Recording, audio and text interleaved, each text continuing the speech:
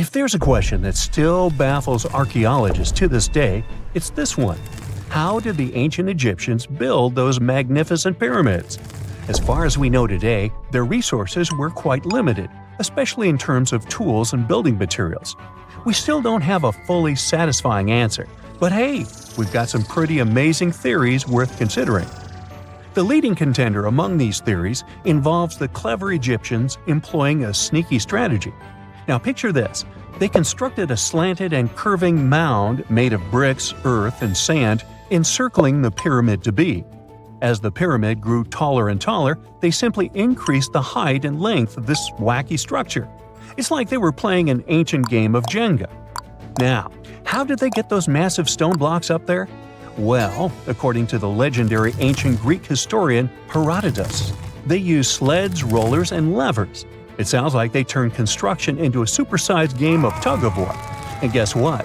Herodotus also claimed that the Great Pyramid, the one from Giza, the granddaddy of them all, took a whopping 20 years to build.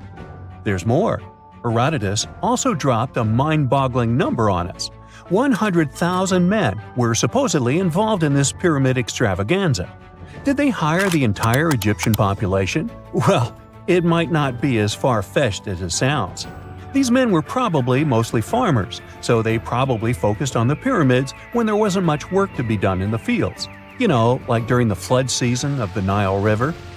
Obviously, specialists in the archaeological community had something to add to this theory. By the late 20th century, they discovered some evidence that suggests the workforce might have been smaller and more permanent than previously thought. Instead of a massive army of 100,000 pyramid builders, they proposed that a modest crew of around 20,000 workers, accompanied by support personnel like bakers, physicians, and even spiritual leaders, could have gotten the job done. There was also this theory that claimed that the pyramids were actually built from the top downward. It suggested that these colossal structures were nothing more than isolated hills used as quarries.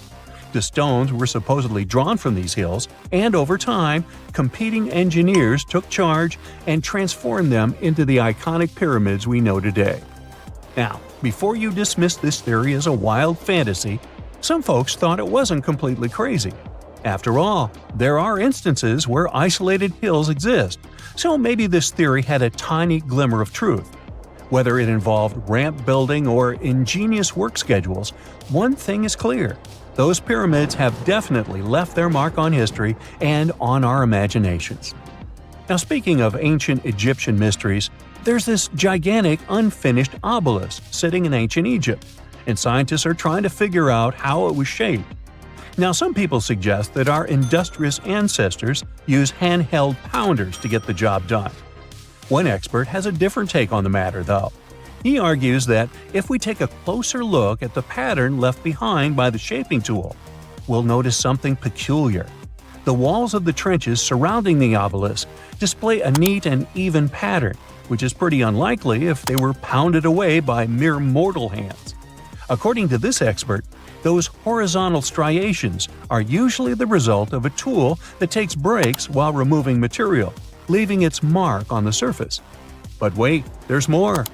Imagine the tool being rocked back and forth against the trench walls, clearing away the waste to keep the trench from narrowing. Well, in that case, the tool might have left some funky horizontal striations where it was pressed against the sidewall. This sounds like some fancy technology at play, don't you think? And guess what? The dynastic Egyptians probably didn't have access to that kind of know-how. Another famous Egyptologist from way back also uncovered a bunch of core drills during his adventures. Although the actual drill bits are missing, his collection houses these particular core remnants made of limestone, alabaster, and even granite. These constructions aren't the only amazing thing the ancient Egyptians left behind, though. As it turns out, the Egyptians were the genius minds behind the creation of the handheld mirror. Yeah, that little mirror you use every day to check yourself out. But here's the twist. These mirrors are like pieces of art. They were decorated with inscriptions and figures. But that's not all. The Egyptians had a serious concern with their appearance. They knew the importance of personal hygiene and looking fabulous. So, in their quest for pearly whites, they invented toothbrushes and toothpaste. Dental problems were pretty common back then, and their smiles weren't exactly all white. Dentistry wasn't their strongest suit, you see. Maybe their minds were distracted by all that pyramid building. So that doesn't mean those ancient toothpaste recipes weren't amazing. One delightful concoction included rock salt, mint, dried iris petals, and pepper. Some brave dentists in the 21st century tried it out, and it worked pretty well. Ground-up ash was also used in another recipe to create a tooth cleansing paste. Mint was missing, so that didn't do much for their breath. That's when the genius Egyptians came up with the world's first breath mints. They made tablets from heated spices like cinnamon, and they mixed it with honey. Now, let's shift gears to home decor, Egyptian style. They surely took ornamentation to the next level. While the concept of decorating furniture started in Mesopotamia, the Egyptians cranked it up a notch. They went all out with different colors of ink and even developed various weights of paper. Oh, and let's not forget about those cute little area rugs we all have in our homes today. Guess who came up with the idea? Yep, the Egyptians. They used the versatile papyrus plant to make those cozy rugs. And speaking of trends, the Egyptians loved their knickknacks. They had an assortment of small figurines in the shapes of cats, dogs, and people. These statues were made from various materials, like simple sun-dried mud to the ultimate bling of gold. It all depended on how loaded you were.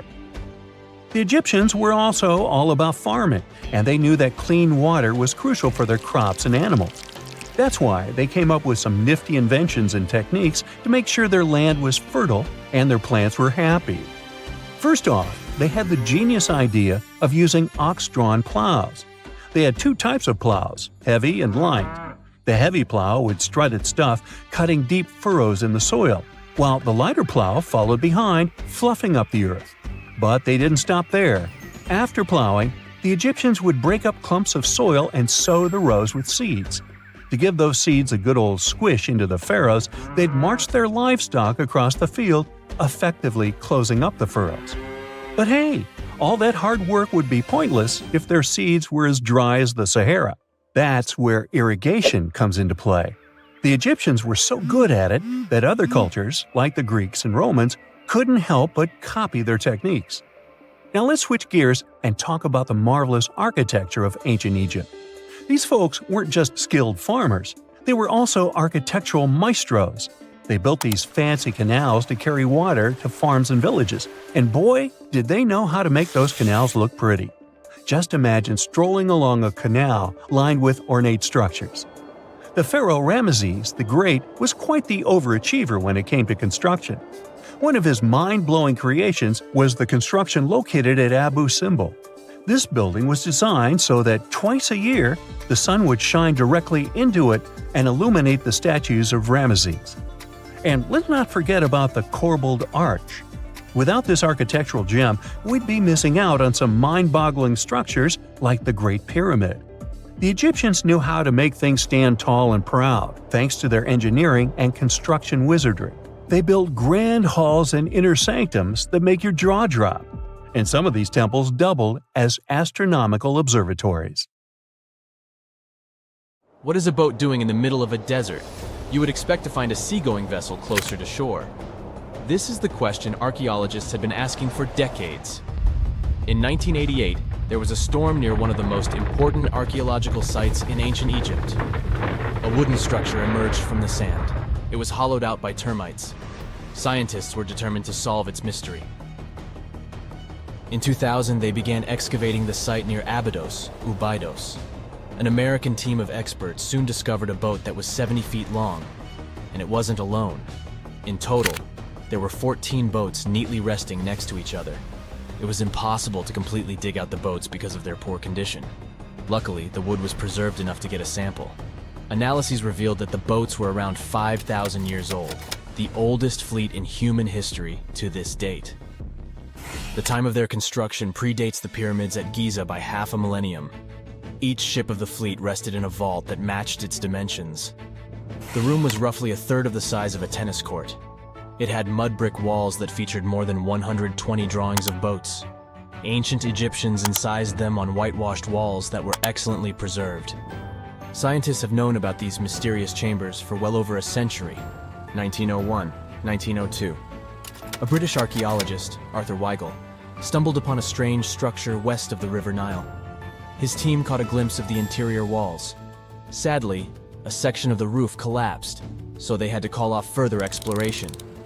Researchers abandoned the site, but its location remained on the maps. The boat's position first led scientists to think that they rested on a bank of the mighty Nile. But there was a problem with this theory.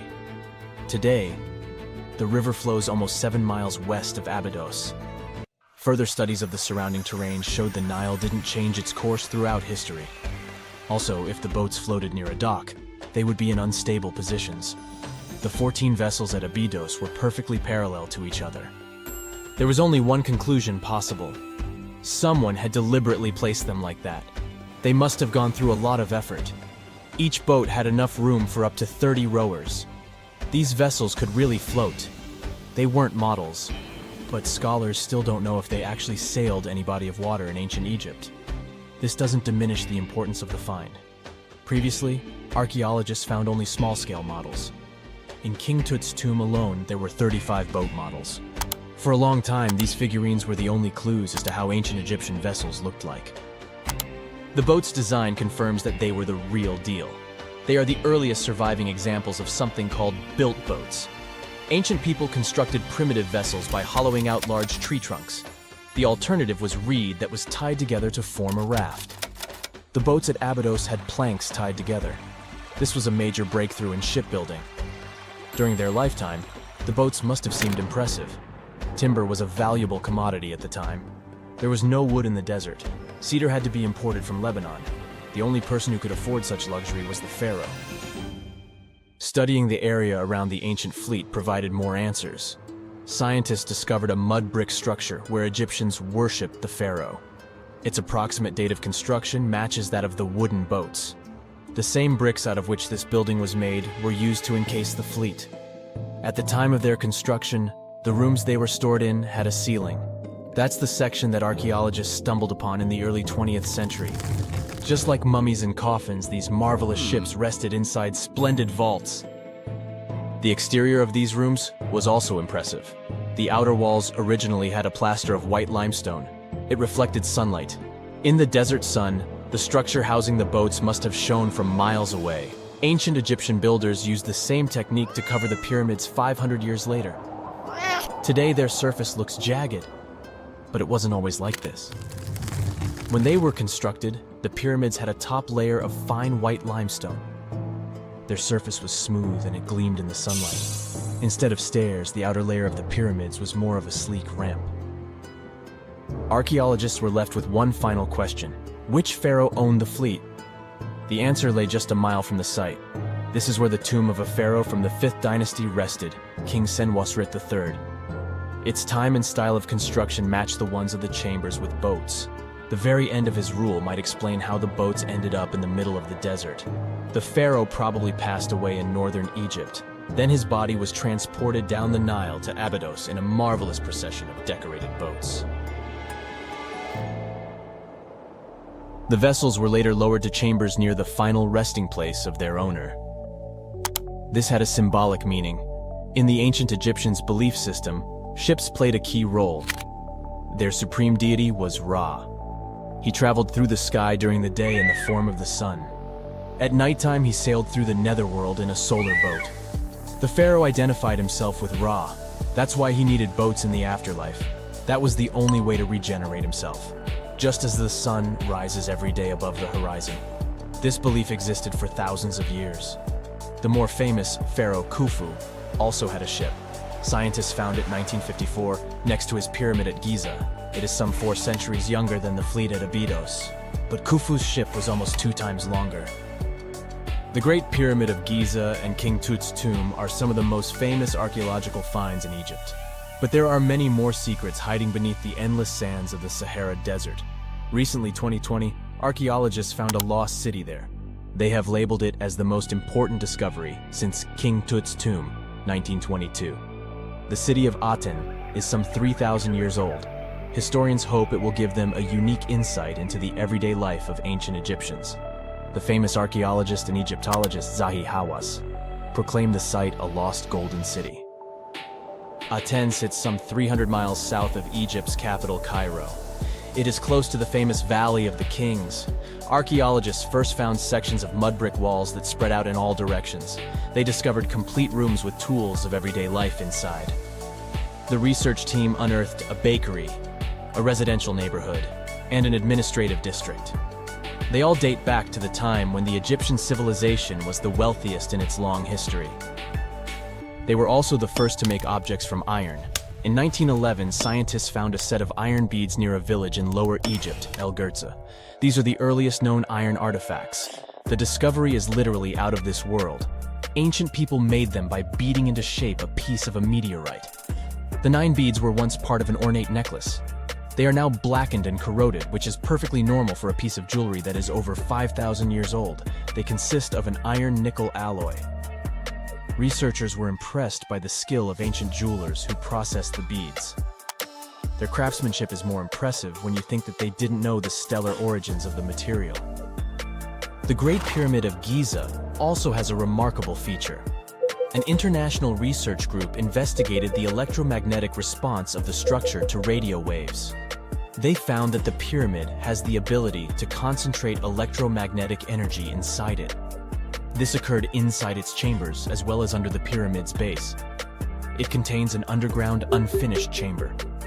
It seems that the electromagnetic response is connected with the properties of limestone, the Great Pyramid's main building material. The research results might have a practical application. The way solar cells and nanosensors function could be improved by this remarkable find.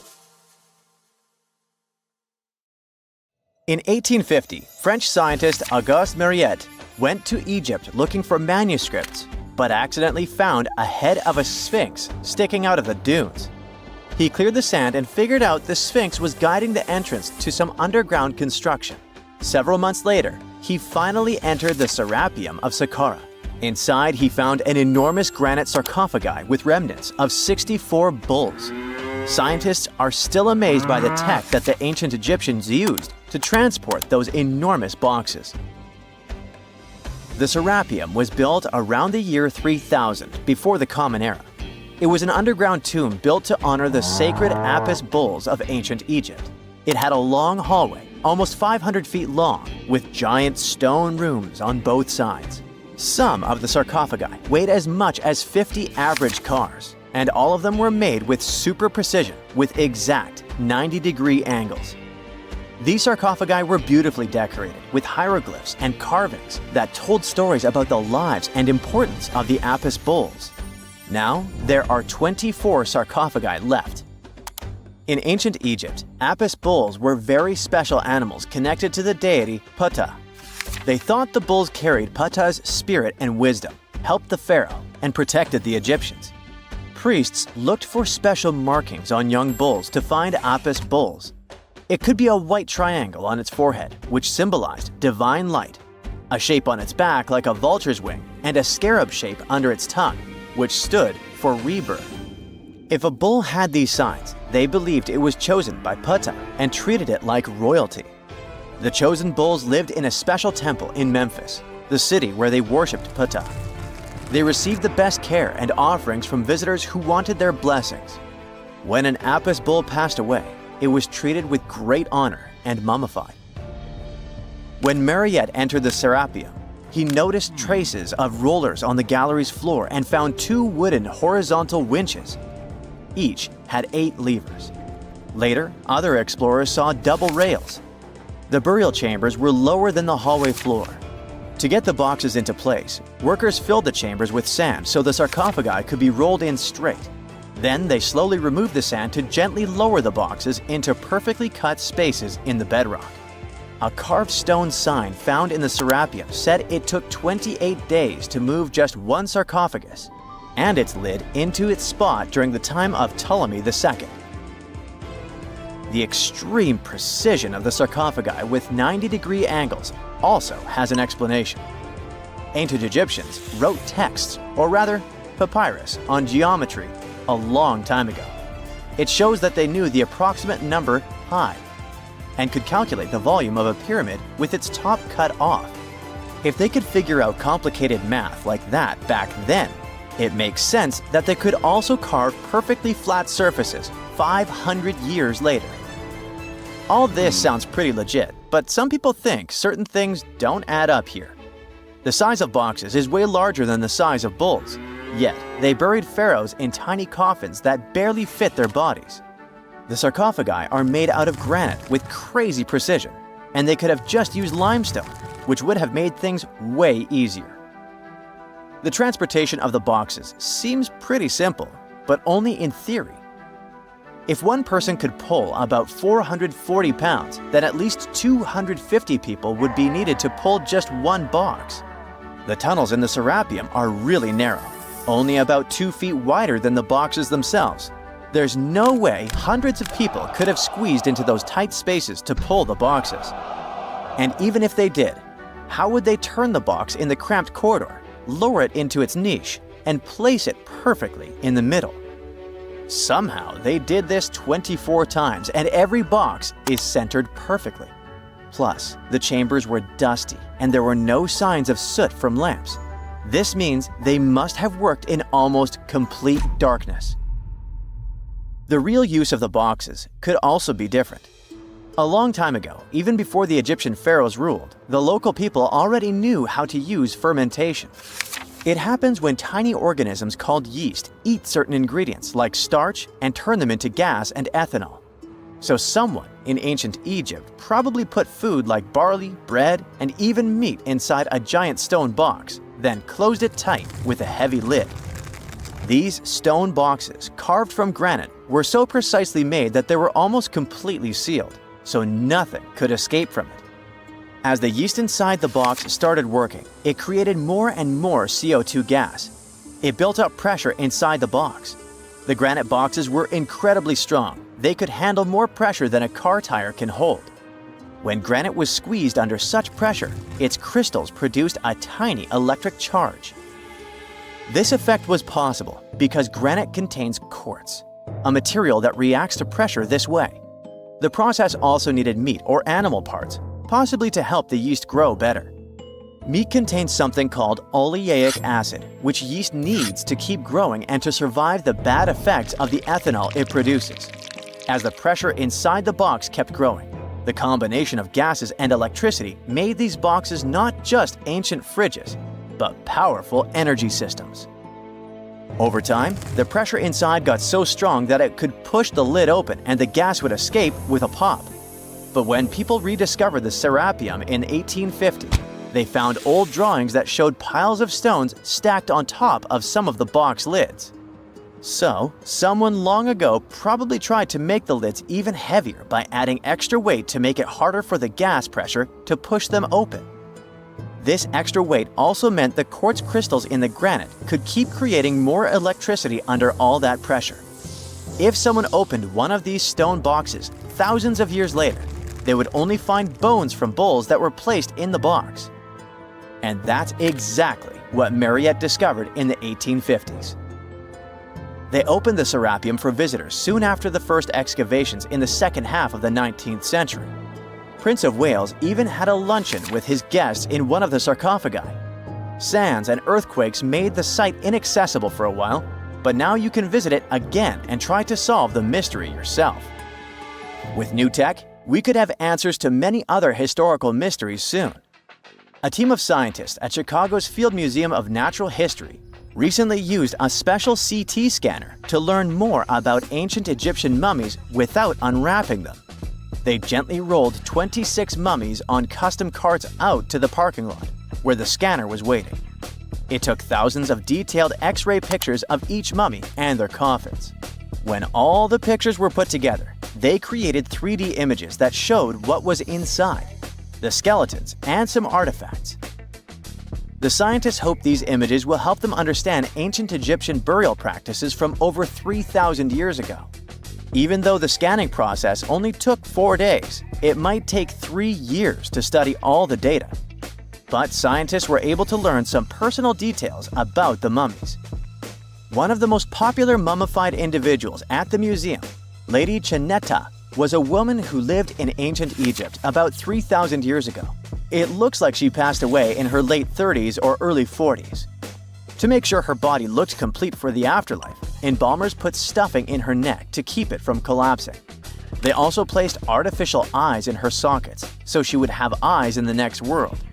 She was wrapped in fancy linen and placed in a beautifully decorated coffin.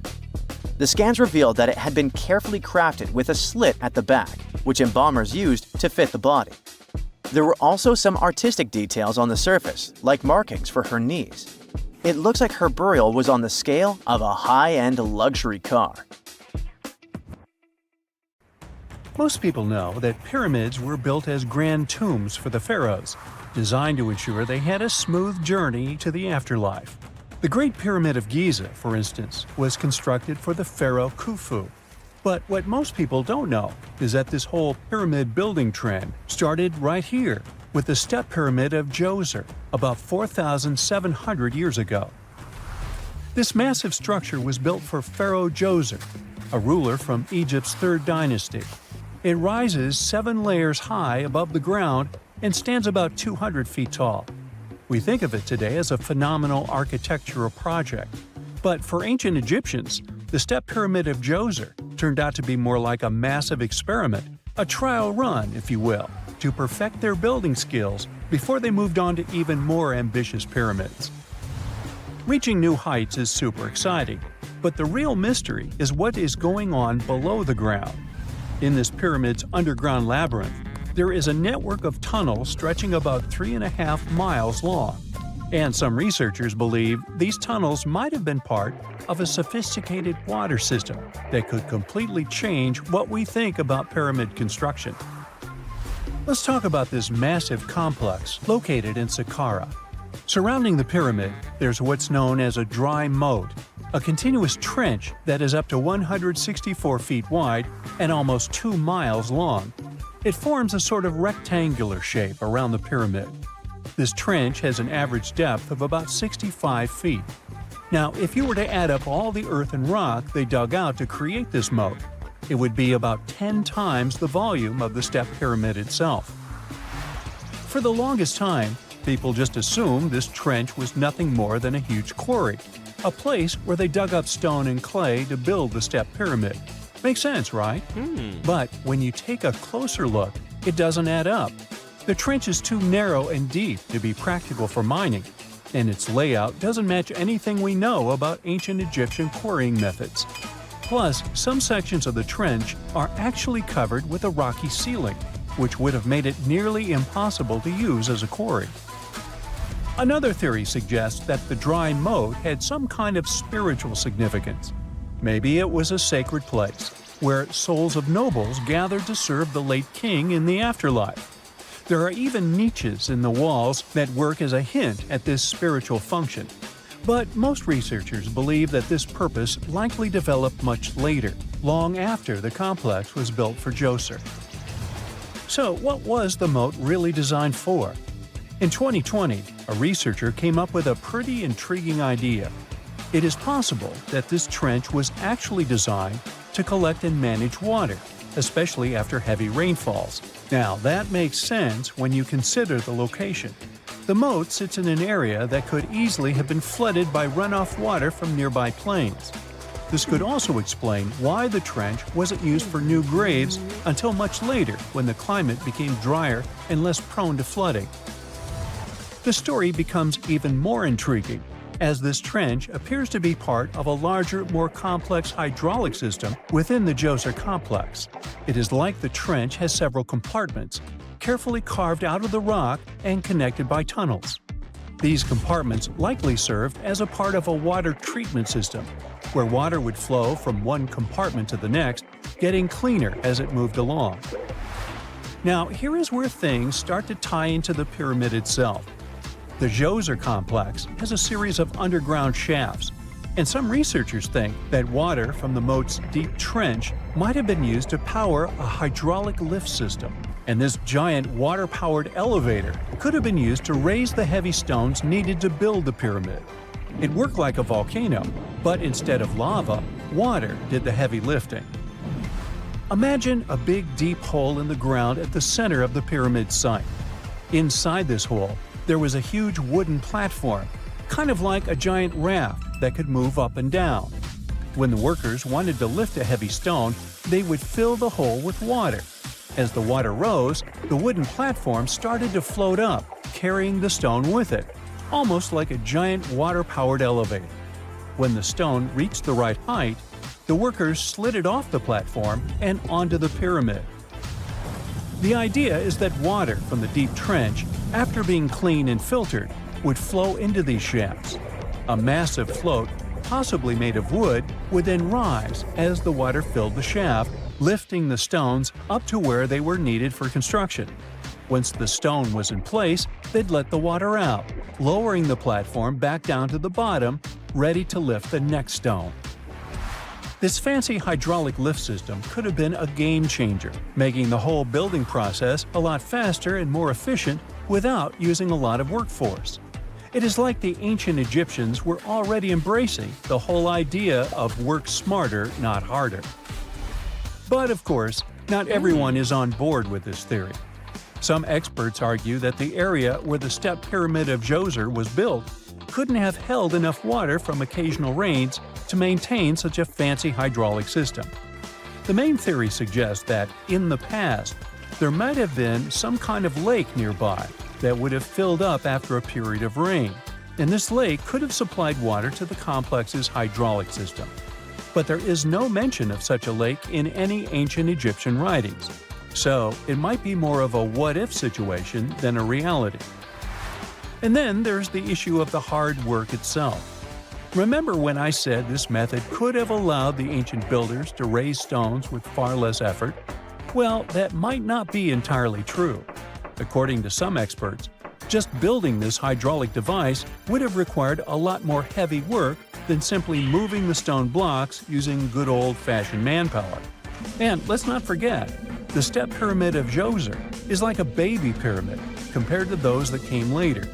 The stones used for Djoser's pyramid weighed, on average, about 660 pounds each, which is nothing compared to the more than 2.5-ton blocks used later for the pyramid of Chephren.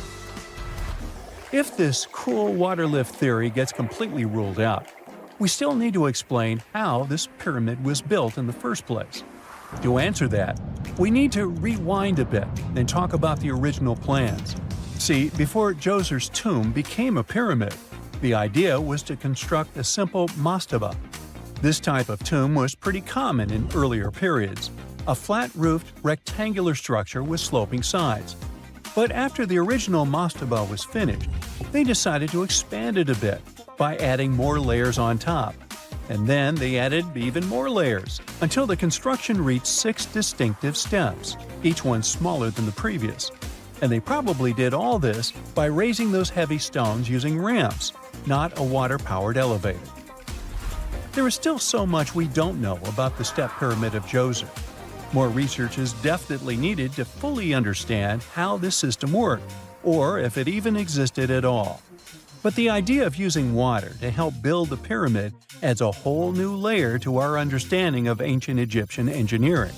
It's a powerful reminder of just how clever and resourceful those builders were, using the natural landscape and the power of water to create one of the most iconic monuments in history. A gruesome discovery took place in Egypt some years ago. You want to hear about it? 16 human hands, carefully buried in 4 eerie pits. They didn't look too much like human hands at first, since they were abnormally large, but they were. Weirdly, there were only right hands. No left hands were in sight. It turned out that it points to the practice of an ancient dark ritual. Old Egyptian art and tales talked of a ceremony where warriors would present the right hand of their adversaries as proof of victory and ask for gold in return. Egyptians believed in the afterlife, so cutting off someone's hand meant you cut off their power eternally. Guaranteeing this type of defeat was interesting to the winning party. Here, the fight was between Egyptians versus Hyksos, who lived in what was once known as Canaan. Egypt has always been the center of some history-changing findings, and some time ago, this papyrus was found. If we stretched it open, it would be just a tad bigger than the height of a skyscraper. The world's tiniest skyscraper, which is located in Wichita Falls, Texas. When humans didn't write on their notes app, they wrote on this thing, made from the medulla of a papyrus plant. Around 2,000 years ago, ancient Egyptians wrote something reminiscent of a book where they describe most of their funerary traditions and their visions of the afterlife. It's considered one of the most important texts from ancient Egypt and is still sold in bookstores to this day. This ancient manuscript was unearthed from a chamber located just south of the Pyramid of Djoser, located in Saqqara. Oh yes, Djoser is the oldest pyramid in Egypt and not the Giza pyramids like most people think. So recently, the site of Saqqara buzzed with excited archaeologists who probably found one of Egypt's oldest complete mummies. They believe that this beautiful and well-preserved mummy was that of a wealthy man. He was discovered in a deep shaft, covered in layers of gold leaves. There are many symbols that show he was an important and wealthy man, like the band he wore on his head, the bracelet on his chest, and the fact that he was embalmed with a tunic, which was reserved for Egypt's finest. The most exciting part of the entire discovery was finding the resting place sealed with mortar, just as the ancient Egyptians had left it 4,300 years ago. Now this may sound weird, but back in 2008, archaeologists discovered a missing pyramid. Now it went missing because it deteriorated over the span of 4,000 years. Today, you can only see its base. It was a pretty important site back in ancient times. It is said that around the area of the pyramid, the ancients hosted a special type of ceremony where high priests would carry mummified remains of sacred bulls. Now, here's a fun fact. Ancient Egyptians believed that Apis bulls were earthly incarnations of the city deity of Memphis and was connected to rites of fertility. It wasn't just any Apis bull, though. They needed to be all black with a single white mark between its horns and a bunch of very specific characteristics. They were selected by the local priests and honored until they passed away. After that, they were mummified and buried in underground galleries. Meanwhile, this missing pyramid sort of disappeared around the 1800s. It was a German archaeologist who first found it in the village of Saqqara. He called it the Headless Pyramid when he first found it. But then, years after the official discovery, the desert sand came along and covered the whole thing. There were some excavations between the 19th and 20th centuries, but they weren't too systematic. That's why scientists were so thrilled when they dug an entire pyramid's base after removing the 25-foot mound of sand that was covering it. Oh, and it turns out American archaeologists are excavating a cemetery in Egypt that could contain over 1 million mummified bodies. So far, archaeologists have dug around 1,700 mummies. One of the main differences from other classic Egyptian mummies is that these people weren't kings and pharaohs. They were commoners that most likely lived about 1,500 years ago, when Egypt was controlled by the Roman and Byzantine empires. The name of the cemetery is cool, though, the Way of the Water Buffalo, just in case you want to check it out on your next trip. Other than bulls and buffaloes, ancient Egyptians also liked baboons. Are you seeing a pattern here? In the beginning of the 20th century, archaeologists discovered a site filled with mummified baboons in a place called, guess what? The Valley of Monkeys. An animal wouldn't have been mummified if it wasn't considered important. Certain animals were more important than others, since they were linked to specific deities. Jackals were connected to Anubis, the ancient god of the afterlife, and cats were likened to the female deity Bastet. Baboons were a pretty big deal, since they were believed to be connected to Thoth, the deity of wisdom and advisor to Ra, one of Egypt's supreme deities. The archaeologists who studied these animals weren't too happy. They think these baboons were kept inside and were deprived of sunlight for most of their lives. They had extreme vitamin D deficiencies and they were poorly fed. Maybe Thoth got angry with these baboon keepers. Just a guess. Since there's never a boring day for archaeologists in Egypt, they also found human mummies with golden tongues. Since Egyptians were all about the afterlife, they believed that golden tongues might help a person speak once they pass to the other side. I mean, it's a long shot, but hey, why not? Some of these mummies were placed in wooden coffins with goods, such as necklaces, pottery, golden artifacts in the shape of lotus flowers and scarab beetles, and iPhones. Just kidding. A new temple was also unearthed recently in Egypt. Scientists believe it was dedicated to honor Zeus Cassios. That deity would be a cross between Zeus, the almighty Greek deity of the sky, and Mount Cassius. While digging around the Sinai Peninsula in Egypt, archaeologists spotted two pink granite columns poking out of the ground, and bingo. They believe these columns represented the temple's front gate and collapsed during an earthquake many years ago. And speaking of deities, there weren't only super serious deities. Recently, scientists unearthed a golden ring in a city south of Cairo. No, Frodo, it's not magical. It was a normal gold ring, but it had the depiction of the deity of fun, officially named Bes. This deity is often described in sacred texts as a happy, chubby dwarf. Today, many tattoos we get are sorta deprived of any sense and are made of aesthetic purposes only. In ancient Egypt, though, women would get tattoos as a token of protection for childbirth. That's what scientists think, at least. Around the Nile region, scientists found some mummies that had well-preserved tattoos, which is a rarity since the skin deteriorates so easily. Two of these women tattooed their lower backs, and the drawings were simple. They were mostly pictures, including that same chubby dwarf we just talked about, Bes. He also had a side hustle as the protector of women during childbirth. Now, would you believe me if I told you ancient Egyptians invented robots? No? Well, that's because that's not entirely true. Sure, they were astronomers, mathematicians, and engineers, and somehow they also squeezed an eccentric invention into that package: an automated deity some scientists called Hathor. This wooden statue had been in the Metropolitan Museum of Art for years before someone noticed its secret. With the help of an X-ray machine, specialists discovered a mechanical operating system inside it. The pulley-like axis goes from the statue's shoulder to her left leg. When the system rotates, the statue raises and lowers her hand. Hey, pick me! Pick me! I got my hand up here. It's 1898, and you're taking part in excavations in Saqqara. This place, not far away from Cairo, is full of ancient tombs and pyramids. You're in your Indiana Jones mood and hope to find something really phenomenal to become famous. Gold, manuscripts, treasure maps, mummies of famous pharaohs.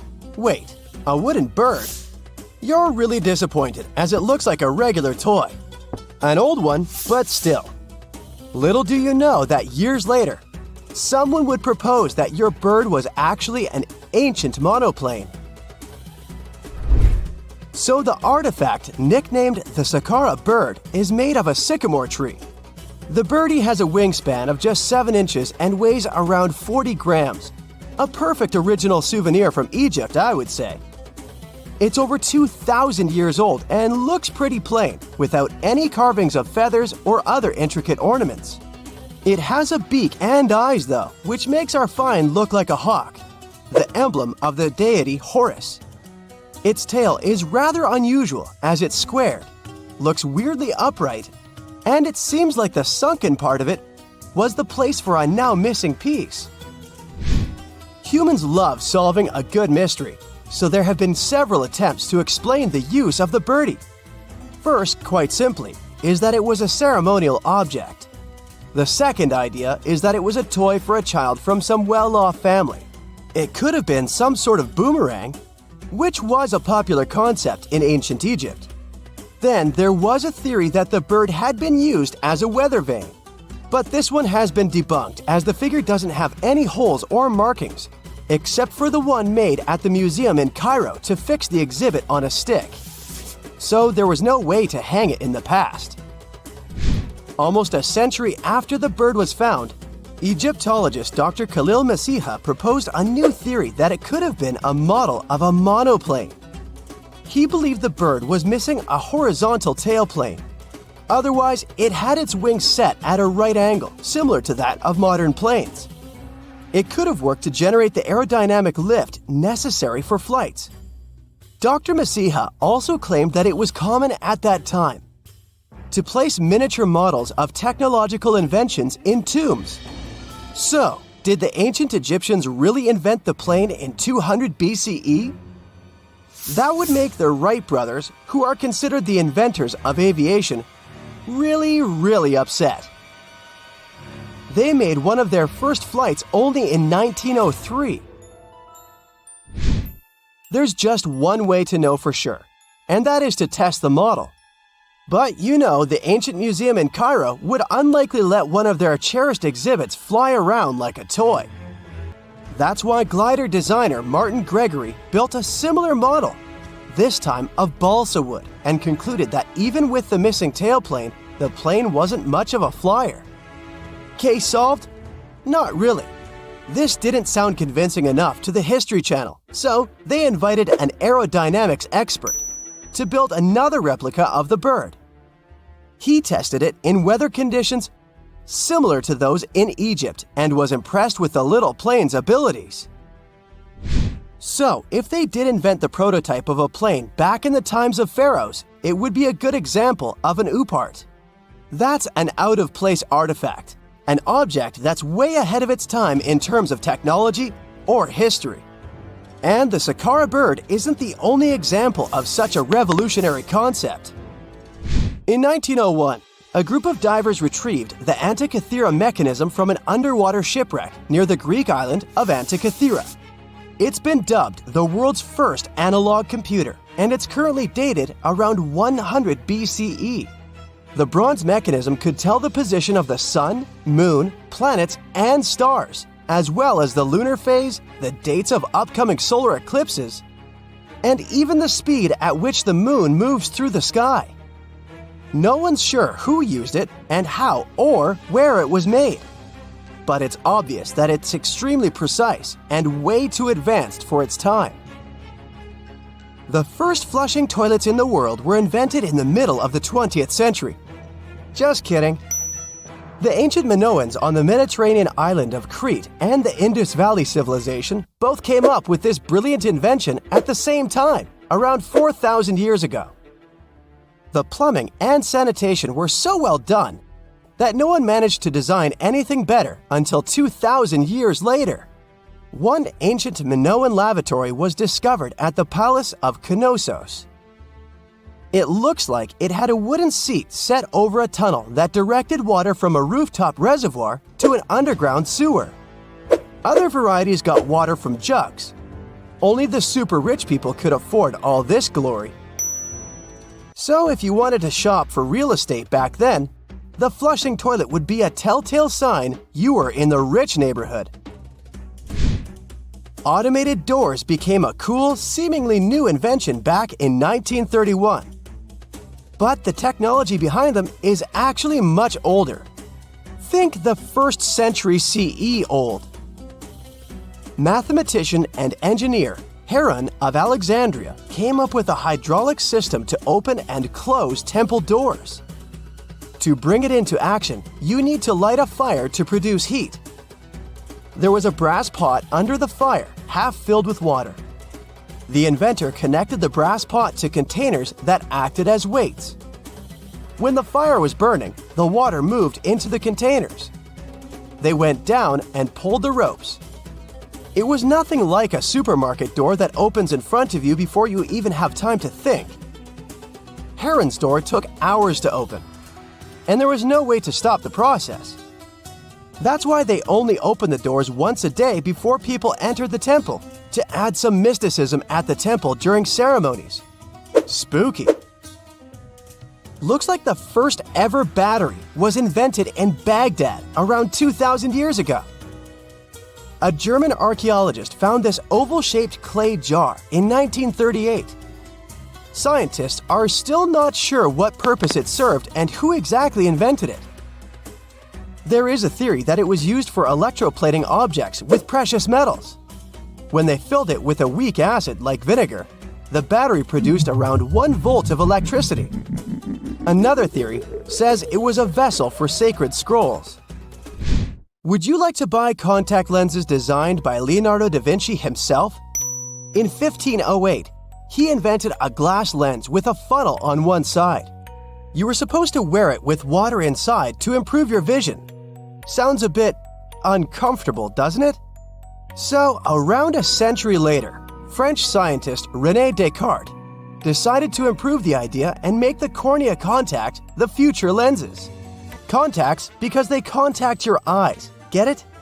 The glass tube with liquid did help improve vision, but blinking was sadly impossible. 2.5 centuries later, New technologies in the glass industry let scientists design contacts that would fit in the eye and even let the wearer blink. Thanks, guys! Still, those lenses were made of heavy blown glass and didn't let the eye breathe. About 50 years later, contacts became plastic, lightweight, unbreakable, and scratch-resistant, but still covering the entire eye. And then, in 1948, an English optical technician accidentally sanded down a plastic lens and figured out they'd still be in place even if they covered only the cornea. Imagine you're living in 19th century London and need to send a message to New York. It would have taken about 10 days to get there by ship. So when delivery time went from days to hours in 1858, it was a true sensation. The first message was sent by Queen Victoria herself. It was all made possible thanks to the transatlantic telegraph cable, running under the ocean. Sadly, the new cool invention only lasted a few weeks. It took years to bring it back to life. Before we get into the reason why and how there are pyramids all around the world, let's talk about some of the examples. I'll start with the Pyramid of the Sun in Mexico. These folks really knew how to build a city. Their well-planned urban center spanned over 7 square miles and boasted several pyramids. But the Pyramid of the Sun is the most impressive. This giant pyramid was built way back in 100 CE and is one of the biggest structures of its kind in the whole Western Hemisphere. It's so big that it's 216 feet high above the ground. If you ever find yourself in this ancient city, you won't be able to miss the Pyramid of the Sun. It's right there on the east side of the Avenue of the Dead, the city's main north-south street. To build this incredible pyramid, around 1 million cubic yards of material were used, including a special kind of red volcanic rock called hued tizontle. Impressive, huh? We don't know too much about the people who built the Pyramid of the Sun or its purpose. But archaeologists believe there was once a temple on top of it. When explorers went below the pyramid in the 1970s, they found a bunch of cool tunnels and chambers. In 2011, they even found a secret stash of clay pots, obsidian pieces, animal bones, human figurines, and a mask. Who knows what other secrets the pyramid is hiding? If you decide to see this one, you must climb the pyramid using the 248 uneven steps on the west side. Watch your step. Sudan got some pyramids too. Nubian pyramids aren't as big as the ones in Egypt, but they still got around 200 of them. These ancient pyramids have been home to the tombs of the pharaohs of the Meroitic Kingdom for almost 1,000 years, who ruled Egypt from Nubia to the Mediterranean Sea. The pyramids at Meroe were constructed using granite and reddish sandstone. Oh, and did you know that Sudan has more ancient pyramids than Egypt? The Kushite pyramids depict the indigenous architecture and burial traditions of Nubia's Napata and Meroe kingdoms, which ancient Egypt influenced. Meroe, the burial site of over 40 queens and kings, is the most extensive Nubian pyramid site. The tomb walls depict mummified royals bedecked in jewelry, their wooden caskets containing bows, quivers of arrows, and other artifacts pointing to the Meroitic relationship and trade with Egyptian and Greek civilizations.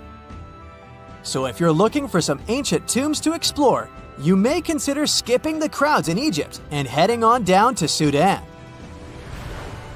Let's fly to Iraq to see some more pyramids.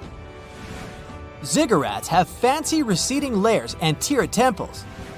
Instead of a smooth exterior, it has tiers like a cake. Perfect for all the important work and rituals that went on inside. You can find these towering structures scattered throughout Iraq and Iran, and they're a real testament to the power and skills of the people who built them. One of the biggest and most impressive ziggurats is the ziggurat at Ur. It's basically a giant rectangular pyramid that stands a whopping 70 to 100 feet tall, with 3 levels of terraces and a temple on top. Can you imagine how many baked bricks it took to build that thing? Try 720,000 for just the lower portion. This particular ziggurat was built for Sumerian king Ur-Nammu. Similar to other ones, this pyramid has been around for thousands of years, so it got a little rough around the edges. Thankfully, the Babylonian king Nebuchadnezzar II and some archaeologists came to the rescue in the 6th and 20th centuries respectively, and now you can find this near Talil Air Base. The ziggurat at Ur was built in 2100 BCE by King Ur-Nammu for the moon deity Nana. It was the tallest building in the city, and you could see it from miles around. It was like the medieval cathedral spire of its day. People would come here to bring their agricultural surplus and get their food allotments and seek spiritual nourishment. Sadly, the Nana temple at the top of the ziggurat didn't survive, but we do have some blue glazed bricks that may have been part of its decoration. The lower parts of the ziggurat are pretty amazing though. The architects even included holes in the temple's baked exterior to let the water evaporate from its core. Since we explored some of the pyramids on our planet, let's take a broader perspective. They can be found in many parts of the world. Egypt has over 100 pyramids, double that number in Sudan, and dozens of others are scattered in the Middle East and China. The Americas have the most pyramids in total, with more pyramids than the rest of the world combined. These pyramids are located in Mexico, Guatemala, Honduras, and El Salvador. Time to know more about the evolution of pyramids through history. The oldest pyramid is in Egypt. This pyramid was a step pyramid, which was created by placing one layer of stone on top of another. The pharaoh Sneferu is credited with creating the pyramid shape we recognize today. During his 45-year reign, he built 3 pyramids. His first 2 attempts failed, but he finally got it right with the Red Pyramid, which is considered the first true pyramid. It was Sneferu's son, Khufu, who built the Great Pyramid of Giza, which was the tallest human-made structure on Earth for almost 4,000 years. Latin American pyramids are similar to early Egyptian step pyramids, but they were built independently, with no knowledge of each other. The pyramids in Sudan were built around 700 BCE and are tall but much narrower than those in Egypt. How in the world did all these civilizations build these things without even texting each other? After all, the Aztecs, Mayans, and ancient Egyptians were about as different as possible. But despite their cultural differences, they all seem to agree on one thing. Pyramids were pretty cool. Step pyramids are all around the world because they were the most feasible and stable way to build large and tall structures without access to lighter building materials like wood and metal. The triangular form with a square base is the best way to build a sturdy structure, and having a cube structure would require more material for less height. Now, when it comes to pyramid design, the Egyptian pyramids were like giant triangles with a square base, smooth sides, and a pointy top. On the other hand, the Aztecs and Mayans went for a tiered cake look, with steps leading up to a flat platform on top. So, while all these pyramids share the same basic shape, they have their own unique flair. Each group built its pyramids using different materials, techniques, and slope angles. So while they may have been inspired by each other's work occasionally, they were just doing their own thing. Egyptian pyramids had smooth, angled sides that were designed to help the pharaoh's soul ascend to heaven. The Pyramid of the Sun was built over a series of caves that served as a passageway for the deities. The Maya built the temple of Kukulkan in Chichen Itza to honor the deity Kukulkan, usually represented by a serpent. Nicknamed El Castillo, it has 91 steps on each side, plus a platform. That's 365 steps, one for each day of the Mayan calendar. Tell me, Brightsiders, how were pyramids built? To begin with, humans made them, not a foreign race from space that landed on Earth. You see, one thing that all pyramids have in common is that they were built without advanced tools or even the wheel. It took a lot of people to build them, including skilled laborers and architects. For example, it's estimated that 20,000 people built the Great Pyramid of Giza, and it's believed that most of them were skilled laborers. Building pyramids was a massive undertaking that required years of planning and effort. The Great Pyramid at Cholula, Mexico, took 600 years to complete. 2 centuries ago, a 31-year-old Frenchman stormed into his brother's office in Paris. He had only one thing to share. "I've got it!" The man was so excited that he immediately collapsed. He spent the next 5 days in bed recovering his health. Who was this mysterious person, and why was he so thrilled? Jean-François Champollion made one of the greatest scientific breakthroughs in human history. He had cracked the code of Egyptian hieroglyphs. This enabled scientists to finally unravel the secrets of this ancient civilization. They weren't able to read hieroglyphs for nearly 2,000 years. After the Romans took over Egypt, the intricate writing system slowly faded away from people's minds. The last of the hieroglyphic texts date back to the 4th century. For thousands of years, Egyptians used images to show their lives. But the knowledge of how to read these pictures was lost to modern science. The story of hieroglyphs began in 3250 before current era. That's when ancient Egyptians developed writing. Their motivation was to better organize the distribution and storage of goods. One of the earliest examples is a ceramic jar that had an inscription in black ink. There were 2 major writing systems. The first were the hieroglyphs, which literally means sacred carving. Egyptians carved hieroglyphs in stone on temples, tombs, and similar monuments for 3,000 years. They present a system of pictorial texts. A pictograph is a picture or a drawing that stands for an idea of a word. It's a precursor to the true writing as we have it today. For example, when Egyptians wanted to write ibis, they would draw a small image of the bird. Hieroglyphs can be found on walls. They were a formal way of writing. The other writing system was hieratic. Egyptians mostly used it when writing on papyrus. That's an early, thicker form of the paper we have today. It soon evolved into Demotic. This improved version became the most common writing systems in ancient Egypt. Then, in the early 4th century BCE, Alexander the Great took control of Egypt. This was the time when the Greek Ptolemaic dynasty ruled the country. You've probably heard of the last ruler of this dynasty, Cleopatra. During her time, Egyptian Demotic and Greek were used side by side. The two started mixing, and by the year 100, a new language emerged, Coptic. It slowly replaced the ancient writing system. Only Egyptian priests used hieroglyphs for the next couple of centuries, and then their meaning was lost to history. But not forever. Arabs were the first who tried to solve the mystery of the hieroglyphs. Medieval travelers came across these strange symbols and wanted to understand their meaning.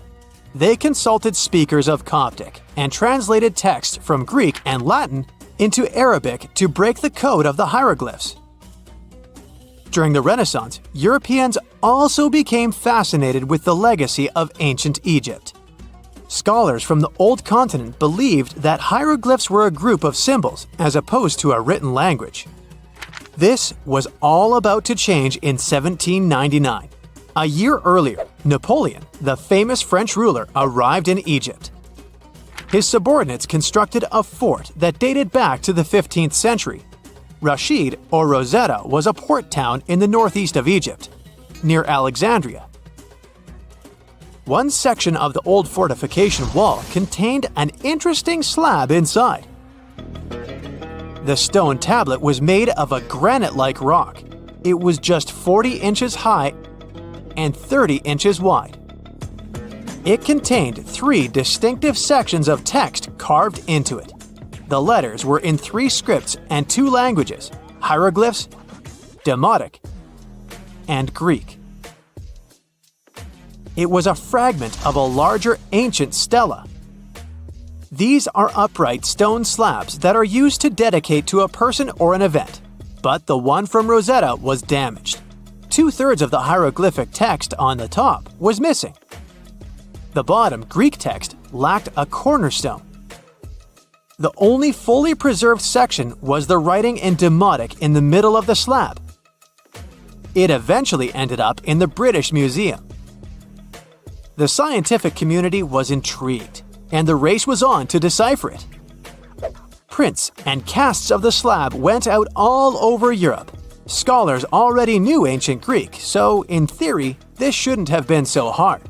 The first people who saw the Rosetta Stone thought the process would take 2 weeks. In the end, it took 2 decades. The main issue was the fact that hieroglyphs and spoken ancient Egyptian didn't have a connection anymore. Scientists didn't know what sounds the letters on the slab corresponded to. Imagine if English disappeared 1,000 years in the future. Then someone finds a tablet with the word dog. At first, they wouldn't know how to read the word or the individual letters. Even if they figured out how to pronounce the word, they wouldn't know its meaning. This is what linguists were dealing with in the case of the Rosetta Stone.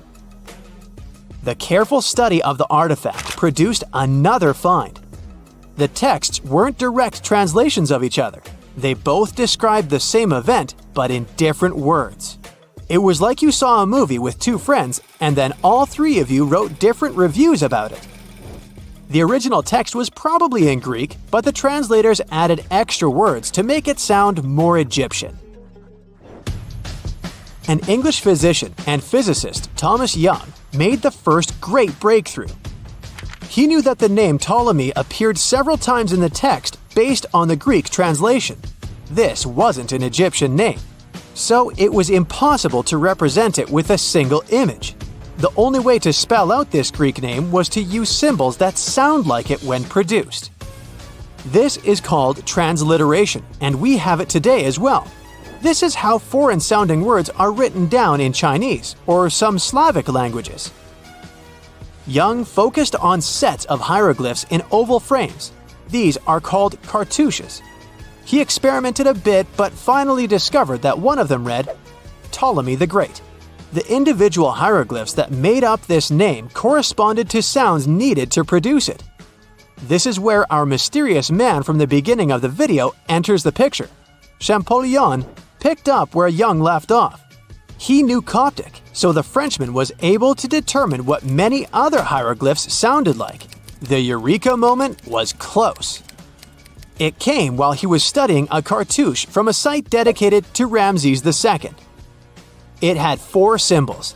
The last 2 were the same. He determined this was the sound S. The first symbol was the sun. This is Ra or Re in Coptic. So the cartouche read Ra something SS. Can you already guess the name? Of course, it's Ramses. This breakthrough finally cracked the code. Ancient Egyptian wasn't a mishmash of cool-looking images. It was a phonetic language that Jean-François Champollion discovered in September of 1822. The stone slab is today known as the Decree of Memphis. The Egyptian Council issued it in this city in the year 196 before current era. In it, they expressed their loyalty to the pharaoh. They erected identical stelae and temples all across Egypt. The Rosetta Stone was just one copy of them, but its content is less important than the fact that Champollion's translation gave these ancient peoples their voice again. During the 1800s, European scholars didn't think that the Egyptian civilization was much older than classical Greek or Roman. Now that scientists could read hieroglyphs, a whole new chapter of human history opened. One of the most famous finds in the history of archaeology happened in 1922. That's when the British archaeologist Howard Carter discovered the tomb of Pharaoh Tutankhamun in Egypt's Valley of the Kings. The whole world admired King Tut's golden mask. But without Champollion's pioneering work, it would be impossible to know who its owner was. The young pharaoh's cartouche is phonetic. For instance, you pronounce the pictograph of a chick as the vowel U. The symbol for the key of life is an ankh, and there is a shepherd's crook in the end. It symbolizes the word ruler. No man shall ever find my tomb. That's what, according to rumors, Cleopatra once said. Rumor has it really wasn't about the gender. She wanted no living soul to disturb her, and I think she meant that no human would ever discover the location of her grave.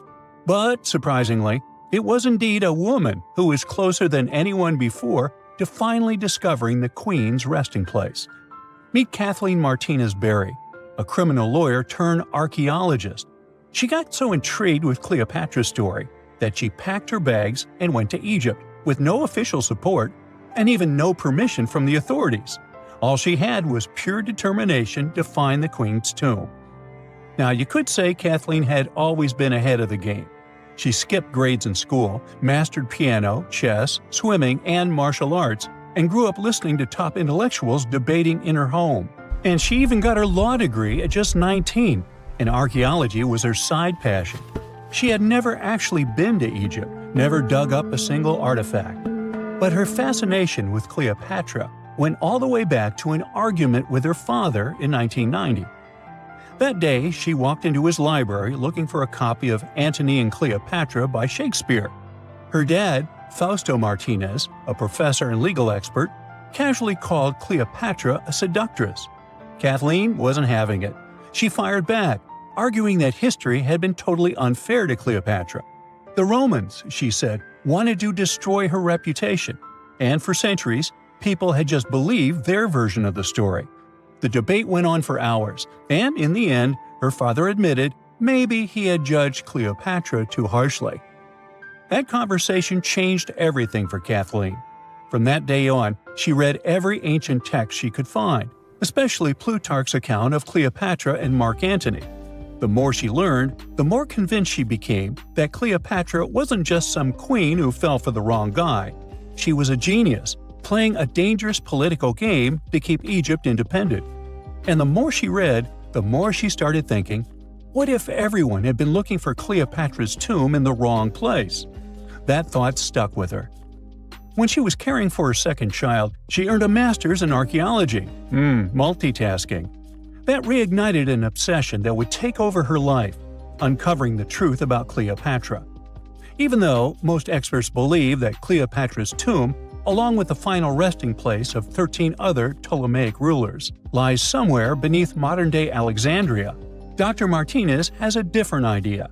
She believes Cleopatra was buried at Taposiris Magna, an ancient temple dedicated to Osiris, the Egyptian deity of the afterlife. But she still needed an ancient foundation plate. These plates, about the size of a smartphone, were placed beneath important temple structures and often contained inscriptions explaining when and why the temple was built. If she could find a plate that confirmed the temple was dedicated to Isis, Cleopatra's patron deity, she'd have solid proof that this was the right place to look. Nothing could deter Martinez. She excavated the entire temple site, digging deeper than anyone before her. Her team found coins with Cleopatra's name and face stamped on them. It meant Cleopatra had a direct connection to this site. Then, they uncovered something even more interesting: a tunnel used to bring water to people, leading straight from the temple into the Mediterranean Sea. So, if parts of the temple had already sunken into the water, could Cleopatra's tomb be down there too? Martinez needed proof to convince Egyptian authorities to let her search underwater. And, against all odds, she found the missing foundation plate.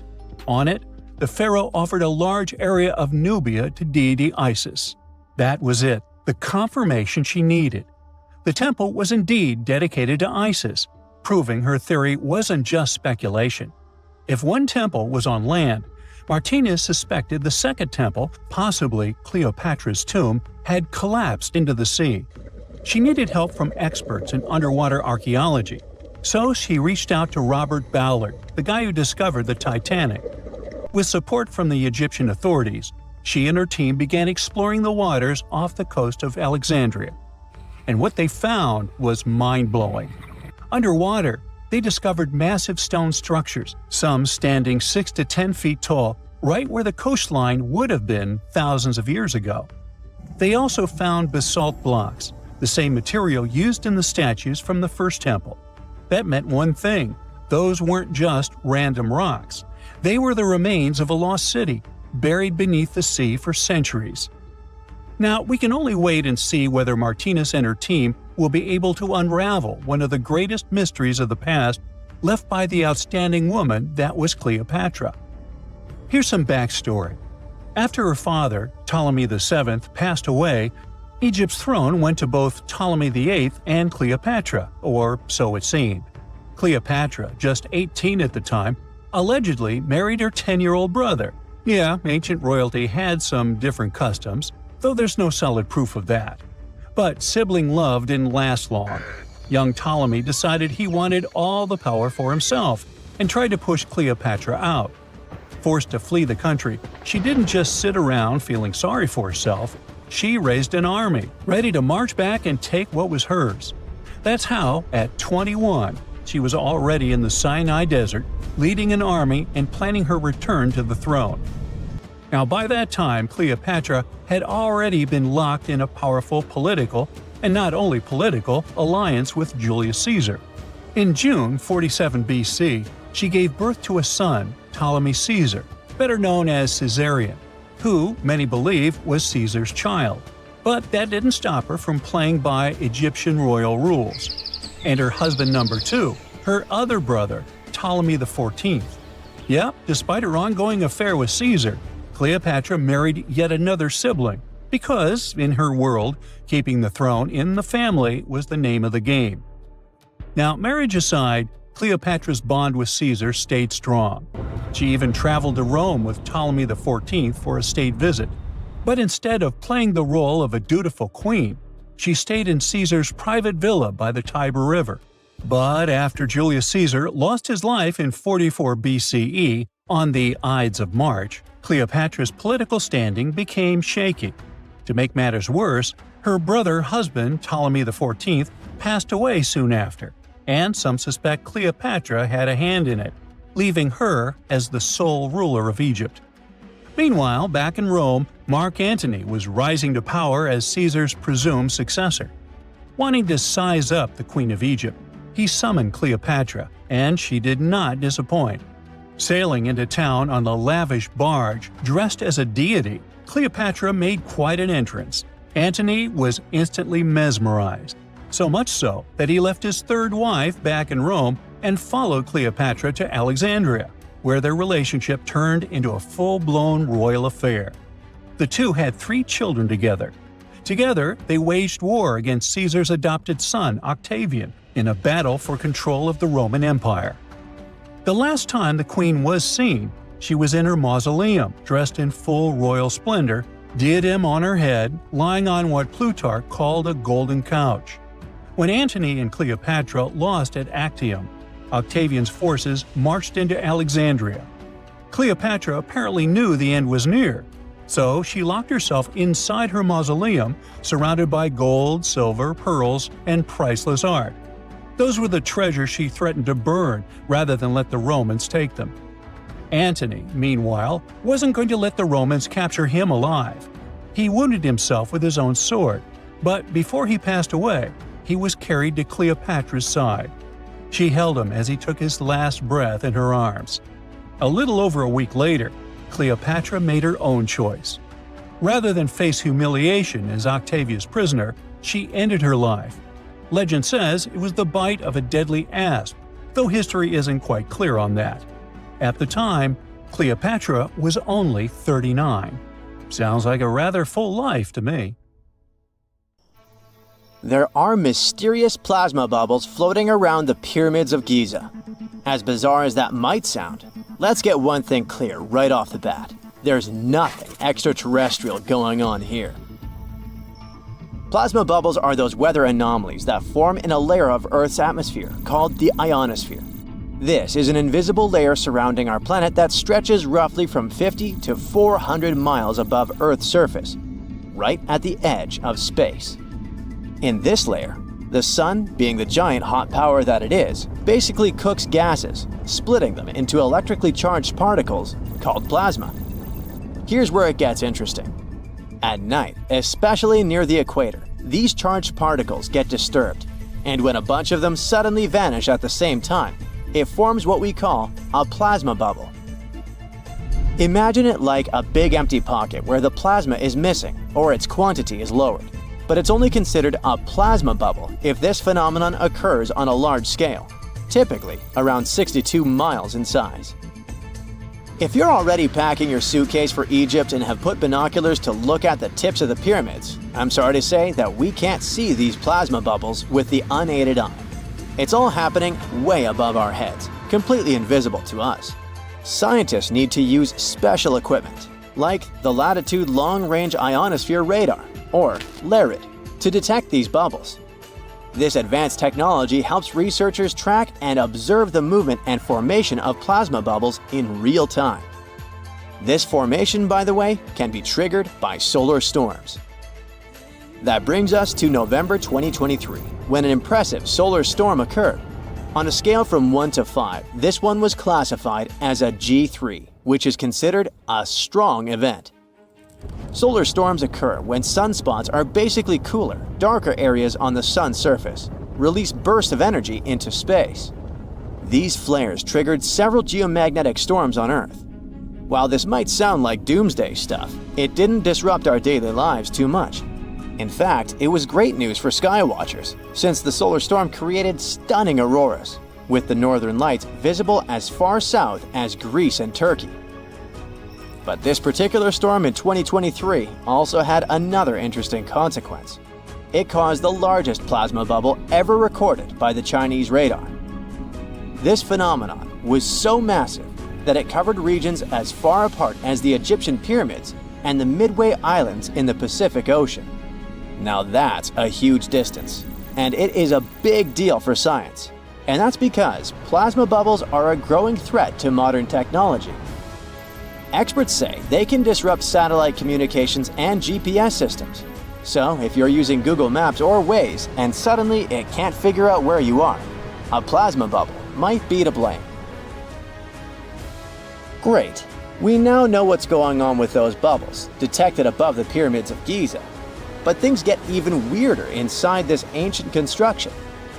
Apparently, the Great Pyramid of Giza has the ability to concentrate electromagnetic energy within its interior. A couple of years ago, a group of researchers decided to see what would happen if they took this ancient architecture and hit it with radio waves. I mean, waves that are similar to the kind your phone uses, but on a much larger scale, up to 1,900 feet long. But since they couldn't just start blasting radio waves at the actual pyramid, they did the next best thing: computer modeling. Using these simulations, the researchers discovered something incredible. The Great Pyramid can actually concentrate electromagnetic energy within its internal chambers, as well as underneath its base, where an unfinished chamber is located. By concentrate, I mean something like trap it. For example, when you shout into a cave, you hear your voice echo back, right? The sound waves don't just disappear, they bounce around and get focused. Similarly, when radio waves hit the pyramid, they don't just pass through or around it. Instead, they get absorbed, bounce around, and focus inside and underneath the pyramid. Our list of mysterious phenomena surrounding the Egyptian pyramids doesn't end there. Inside the pyramid, there's a long, narrow passage that leads to what's known as the King's Chamber. This room sits at the center of the pyramid, and it's believed to have been the final resting place of Pharaoh Khufu, the ancient Egyptian leader who commissioned the entire thing over 4,000 years ago. When visitors step into the King's Chamber, two things normally strike them: the room's incredible acoustics and its heavy, imposing structure, which is entirely lined with red granite. Recently, scientists have started to connect these two facts. Some researchers now believe that the king's chamber might be able to catch or pick up sound energy generated from other parts of the pyramid. In other words, this room might have been designed to amplify sound in a way that no other chamber in the pyramid can. To test this theory, researchers conducted an experiment where they sang in the Queen's chamber, which is located directly below the King's chamber. Here's where it gets wild. The music couldn't be heard in the lower underground rooms of the pyramid, but it sounded loud and clear in the King's chamber. One possible explanation for this is the type of stone used in the King's chamber: pink granite. Granite is known for its piezoelectric properties, meaning it can absorb energy from its surroundings, like sound vibrations, and convert it into electrical energy. This suggests that the chamber's unique acoustics might be due to more than just the shape of the room.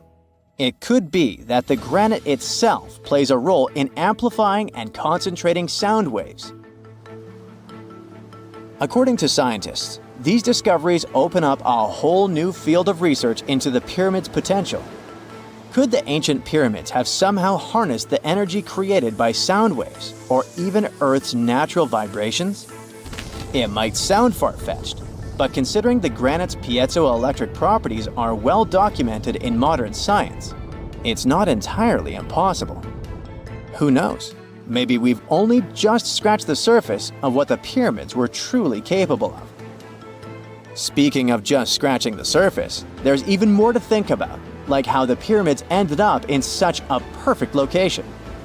It seems the builders lined up the Great Pyramid with the cardinal points, meaning its sides are almost perfectly aligned with the four main directions: north, south, east, and west. There are many theories about how they did it, but one study suggests that Egyptians might have used the fall equinox to achieve this perfect alignment. During the equinox, the sun rises and sets directly in the east and west. It probably made it easier for builders to use the sun's position as a guide. By watching the sun during this time, they could make sure the pyramids were positioned just right.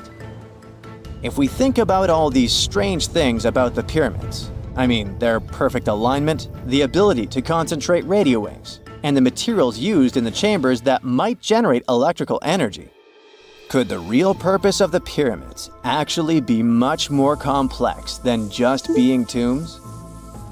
Well, Nikola Tesla thought so. It is said that the famous inventor and engineer was kind of obsessed with the Egyptian pyramids, and he wondered if they might actually be giant energy transmitters. He believed the shape and position of the pyramids could help them function as huge generators, capable of producing free, limitless energy. Some researchers agree with Tesla and believe that these massive monuments might have been designed as giant power plants. According to their theory, builders could have figured out how to move ions, those electrically charged particles in the atmosphere, by placing materials like copper, gold, and silver around the pyramids. So, it's definitely possible that the ancient Egyptians created a sustainable, renewable power source. Although this is a very interesting thought, we haven't been able to confirm this theory, and the true purpose of the pyramids remain one of humanity's biggest mysteries. X-rays are a type of invisible radiation that can pass through our bodies and objects. They're very important in the field of medicine because they allow doctors to see inside our bodies without having to perform surgery. Now, let's dive into how X-rays work. They're a kind of electromagnetic radiation, just like light or radio waves. However, they have much higher energy than light, which makes them able to go through objects that light cannot. Imagine you have a powerful flashlight. If you try to shine it through a wall, the light won't go through because the wall is too thick. But these rays have enough energy to go through walls and even our bodies. The discovery of X-rays happened by accident in the late 19th century. A scientist was experimenting with cathode rays, which are a type of radiation. He was working in his lab and noticed that a nearby fluorescent screen started to glow, even though it was not directly exposed to the cathode rays. He realized that something invisible was causing the fluorescence, and he named it X-ray, because X is the mathematical symbol for something unknown. He continued experimenting with such rays and discovered that they could pass through many objects, like flesh and bones, but not through denser materials like metal. He also found that X-rays could create images on photographic plates, just like a camera takes pictures. The way this works is quite fascinating. Imagine you're standing in front of a bright light and you hold your hand in front of your face. Your hand blocks the light and you can't see through it. But if you place a sheet of tissue paper in front of your hand, some light will pass through, and you'll be able to see the outline of your hand. X-rays work in a similar way. When a doctor wants to take an X-ray of a part of your body, they will ask you to stand or lie down next to a machine. This device has a special plate that can capture the image. Let's say the doctor wants to further examine your arm. They will place the X-ray plate on one side of your arm and the machine on the other side. Then, the machine will produce a controlled burst of X-rays that pass through your arm. Remember how we talked about the tissue paper allowing some light to pass through? Well, in this case, some of those X-rays will go through your arm, while others will be absorbed or blocked by the denser parts of your body, like bones. The plate captures the X-rays that pass through your arm, and it creates an image. This image shows the bones and other structures inside your body, allowing the doctor to see if there are any problems or injuries. Now, you might be wondering why X-rays can pass through some things but not others. It has to do with the density and composition of the objects. Denser materials like bones absorb more X-rays, so they appear white in the image. So when you look at the result, you'll see your bones as white shapes. Other tissues like muscles and organs are less dense and allow some of those rays to pass through, so they appear as gray shadows.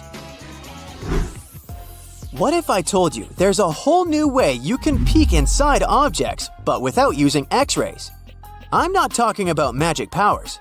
Take a comfortable seat while I explain what mutography is. This fascinating scientific technique allows us to see inside objects and even beneath the Earth's surface using a special type of particle called a muon. These elementary particles are very similar to electrons, but they're much heavier. They are created high up in the Earth's atmosphere when cosmic rays, which are particles coming from space, collide with the air molecules. Now, muons are special because they can pierce through different materials. They can pass through rock, soil, and even buildings. Scientists realized this potential back in the 1950s when they were studying cosmic rays and noticed that some of the particles could pass through thick materials.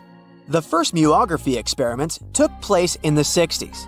Specialists discovered that muons can be detected using special devices called muon detectors. These detectors are usually placed underground or in specially designed laboratories to shield them from other particles and background radiation. Now let's dive into how muography actually works. Imagine you have a large object, like a pyramid, a mountain, or even an ancient statue, and you want to see what's inside without damaging it. First, detectors are positioned around the object or in the area you want to examine. These detectors are sensitive to muons and can track their paths. When such a particle passes through a detector, it leaves a trace, like footprints in the sand.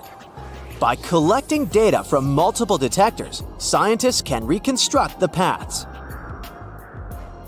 Here's where things get really cool. The Earth's atmosphere acts like a natural filter for muons. It turns out that the more massive an object is, the more particles it will block. So, if you have a large, dense object like a mountain, fewer muons will pass through it compared to a smaller, less dense object, like an empty box. This difference in the number of particles that reach the detectors can give us clues about what's inside the objects. Scientists use computer algorithms and mathematical techniques to analyze the data and create images. These images represent the density distribution of the object being studied. It's like creating a map that shows where the densest areas are and where there's gaps inside the object. The concept of muography is similar to using shadows to understand the shape and size of an object. Imagine you're standing in front of a bright light and you place your hand between the light source and a wall. You'll see a shadow of your hand on the wall. Based on the shape and size of the shadow, you can get an idea of what your hand looks like, even though you can't see it directly.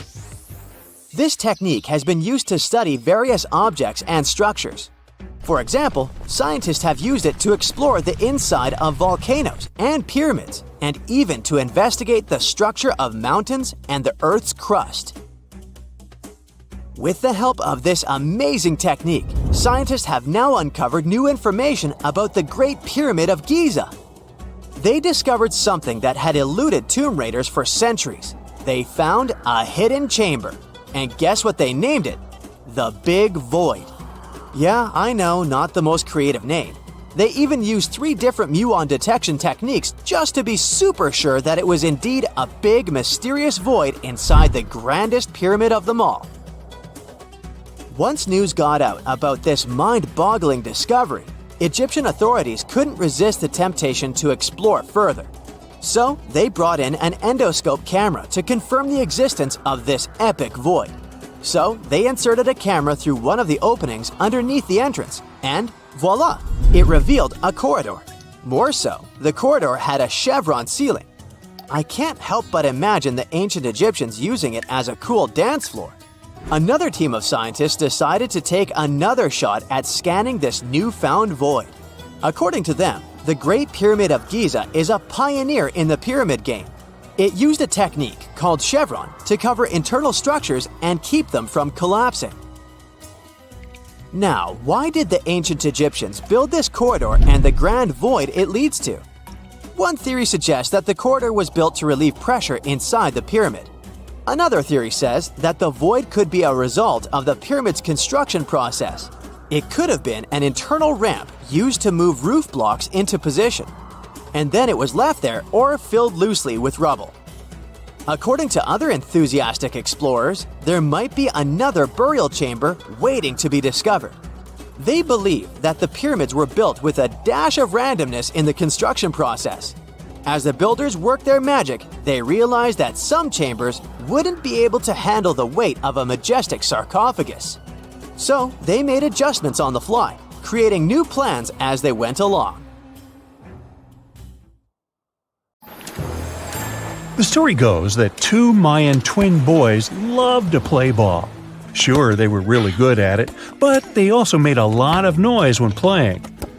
The lords of the underworld soon became bothered by the sound and summoned the 2 boys to the underworld, a place the Mayans called Xibalba. As soon as the boys reached their gloomy destination, the lords of the underworld began putting them through a series of tests. Soon enough, the inexperienced twin boys failed the tests and lost their lives. But this was not in vain. This sad event resulted in the appearance of a beautiful fruit tree. Soon enough, a young woman saw a beautiful fruit on this tree and reached up to pick it. Legend has it that soon after that, she gave birth to another set of twin boys named Hunahpu and Xibalbay. Just like their ancestors, these twins were great ball players, but they were equally as loud, and the lords of the underworld became annoyed again. They decided to ask this pair of twins to come to play a game in the underworld, hoping to get rid of them too. When the twins arrived, the Lord sent them through a number of frightening places. The first one was the House of Gloom, which was very dark. They then passed through the House of Knives, where they had to avoid getting injured. The twins then built a fire in the House of Cold, so that they didn't freeze, and ran through the House of Jaguars, where they tricked the animals into not eating them. Finally, they entered the House of Bats, where they seemed to have lost their luck. One of the bats managed to run off with Hunahpu's head. The lords then challenged the twins to play ball with them, but the boys were clearly at a disadvantage. Xibalbay placed a turtle on Hunahpu's shoulders to make up for his lost head, and they began playing. As the lords became distracted by an animal near the court, Xibalbay stole his brother's head and placed it back in its place. Much to the annoyance of the lords, the twins were now able to tie the game. Hunahpu and Xibalunqui continued to perform a series of tricks for the lords of the underworld. One of them involved Xibalunqui injuring Hunahpu and then bringing him back to life. The lords were so impressed by the twins' performance that they asked them to do the same trick on them. Of course, the twins agreed, but after performing their trick on some of the lords, they refused to revive them. Seeing what had happened, the lords of the underworld admitted defeat and begged for their lives, promising not to intervene in the lives of people ever again.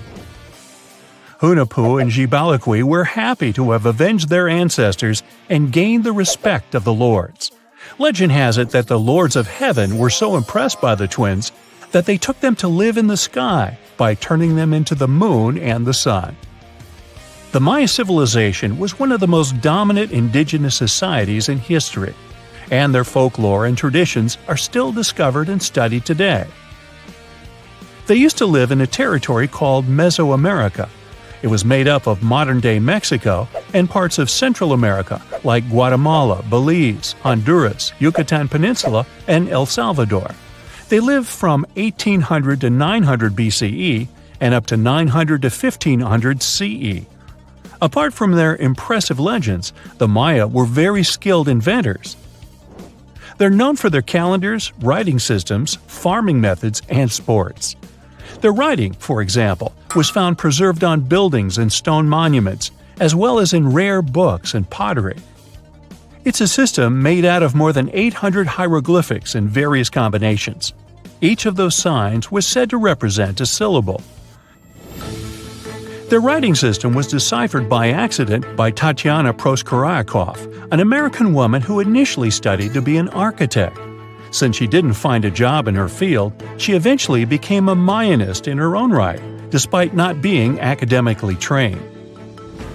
She was the first to notice that the Mayan upended frog glyph meant birth, and that their toothache glyph meant the date when the king ascended to the throne. It made it easier for scientists to pinpoint birthdays, as well as the names of the rulers of a specific Mayan dynasty. They also invented the concept of zero, which is seen as one of the greatest innovations in mathematics, physics, and human history altogether. Sure, even back then, people understood the idea of having nothing, but the concept of zero as a number is a relatively new invention. A fun fact about Mayans is that they really liked hats. The bigger your hat was, the more important you looked. Not only was it a sort of fashion statement, but it also made them look taller, which was a big deal for their aesthetic. The Mayans also came up with one of the most intricate and complex calendars in human history. It was the first to use zero as a placeholder. Their calendar ended on December 21st, 2012, which led some people to believe that it translated to the end of the world. Obviously, that was not the case. It just so happened that the date coincided with the end of a Mayan cycle of years. But you know, as advanced in science and astronomy as they were, they did make some mistakes. One of them was their belief that the world was flat. Their theory was that the four corners of the world were watched by the Brother Lords, who kept the sky from falling over their lands. Hats off for their menus, though, as they were well-known chocolate eaters. They turned eating chocolate into a form of art. The drink they made wasn't really like the hot chocolate we enjoy today, though. The recipe included mixing cacao with water, honey, chili pepper, cornmeal, and other ingredients to make a foamy, spicy drink. The ritual of drinking cacao was a crucial part of their celebrations. We're not done discovering all the amazing parts of their architecture and civilization. It was only a few years ago that a Maya pyramid was found at Tonina, in the Mexican state of Chiapas. It was estimated to be more than 1,000 years old. The reason why it escaped archaeologists for so long was that it lay hidden under what was believed to be a natural hill. The ruins of two Mayan cities have been recently discovered in the Mexican state of Campeche. Why didn't we find them until now? Well, they were concealed by really thick vegetation, which made it difficult for archaeologists to reach them. The Mayans didn't just disappear. Their descendants are still around today, many of them choosing to live in their ancestral homelands. You can find them in Guatemala, for example, where the Maya people make up the majority of the population. Overall, the Maya ethnic group contains people that speak different Mayan languages, such as Yucatec, Quiche, Quechua, or Mopan. They had no idea what a spa day was, but the Mayans really enjoyed a nice sweat once in a while. Sweat lodges were discovered around ancient Mayan sites. They were built out of stone or adobe. These rooms were an essential part of their cleansing and healthcare rituals. One of the earliest sweat lodges was found in Quello in northern Belize and appeared to date back 3,000 years. One of the most important parts of the Mayan culture was a ball game which they named Pips. It had both political and spiritual significance. We can see ball courts at important parts of Mayan archaeological sites. The main goal of the game was to pass a rubber ball through a very high stone hoop without using your hands. Basically, it was a combination of soccer and basketball. However, it could have serious consequences. The loser could, at times, even lose his own life. Ooh, high stakes indeed. Because of this game and the need for bouncy balls, the Mayan people were some of the first cultures to use rubber. They made it using natural latex. There were different kinds of rubber depending on what natural substances the latex was mixed with. And that, my friend, is the way the ball bounces. Sorry, but you know me, I just couldn't resist.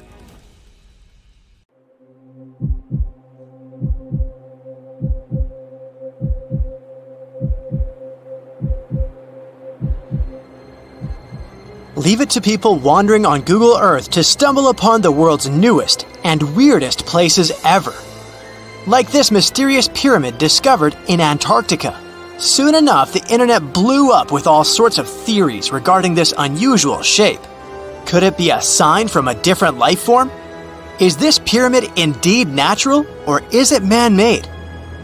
For starters, it's not the first time we've discovered a pyramid in the Antarctic. The first one was observed by the British Antarctic expedition in the 1910s and kept secret for a long time.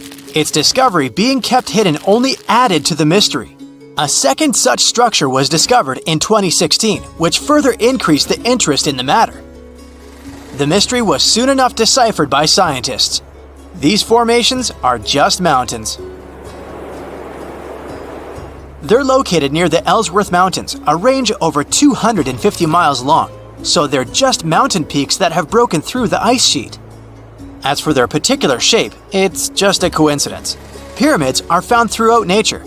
The Matterhorn in the Alps and Mount Ballenstinder in Iceland, for example, are quite similar in terms of shape. As for the official name of these peaks, they're called nunataks, or peaks of rock peeking through a glacier or an ice sheet. Antarctica has way more incredible features, like the fact that it's home of 60 to 90% of the world's fresh water. That's because its ice sheet is the biggest on our planet, stretching across 5.4 million square miles. I'll spare you the calculations, but that leaves only 1% of the continent ice-free. Antarctica's ice reaches 2.7 miles thick at its deepest point, meaning half the height of Mount Everest. Should it ever melt completely, our sea levels would rise to roughly 200 feet. It wasn't always this cold, though. At some point in our planet's history, Antarctica had some average temperatures as the city of Melbourne has today. It took a lot of research, but scientists figured out that Antarctica's temperatures could have reached up to 62.6 degrees Fahrenheit. Sure, that was 40 to 50 million years ago, but if you think about it, it was at the same time when dinosaurs roamed our Earth. Time is also different on this icy continent. All the lines of longitude that help us calculate different time zones merge into a single point at the South Pole. Here, there are 6 months of daylight in the summer, followed by 6 months of complete darkness during the colder season. So, scientists working here stay, on average, in the same time zone they've come from.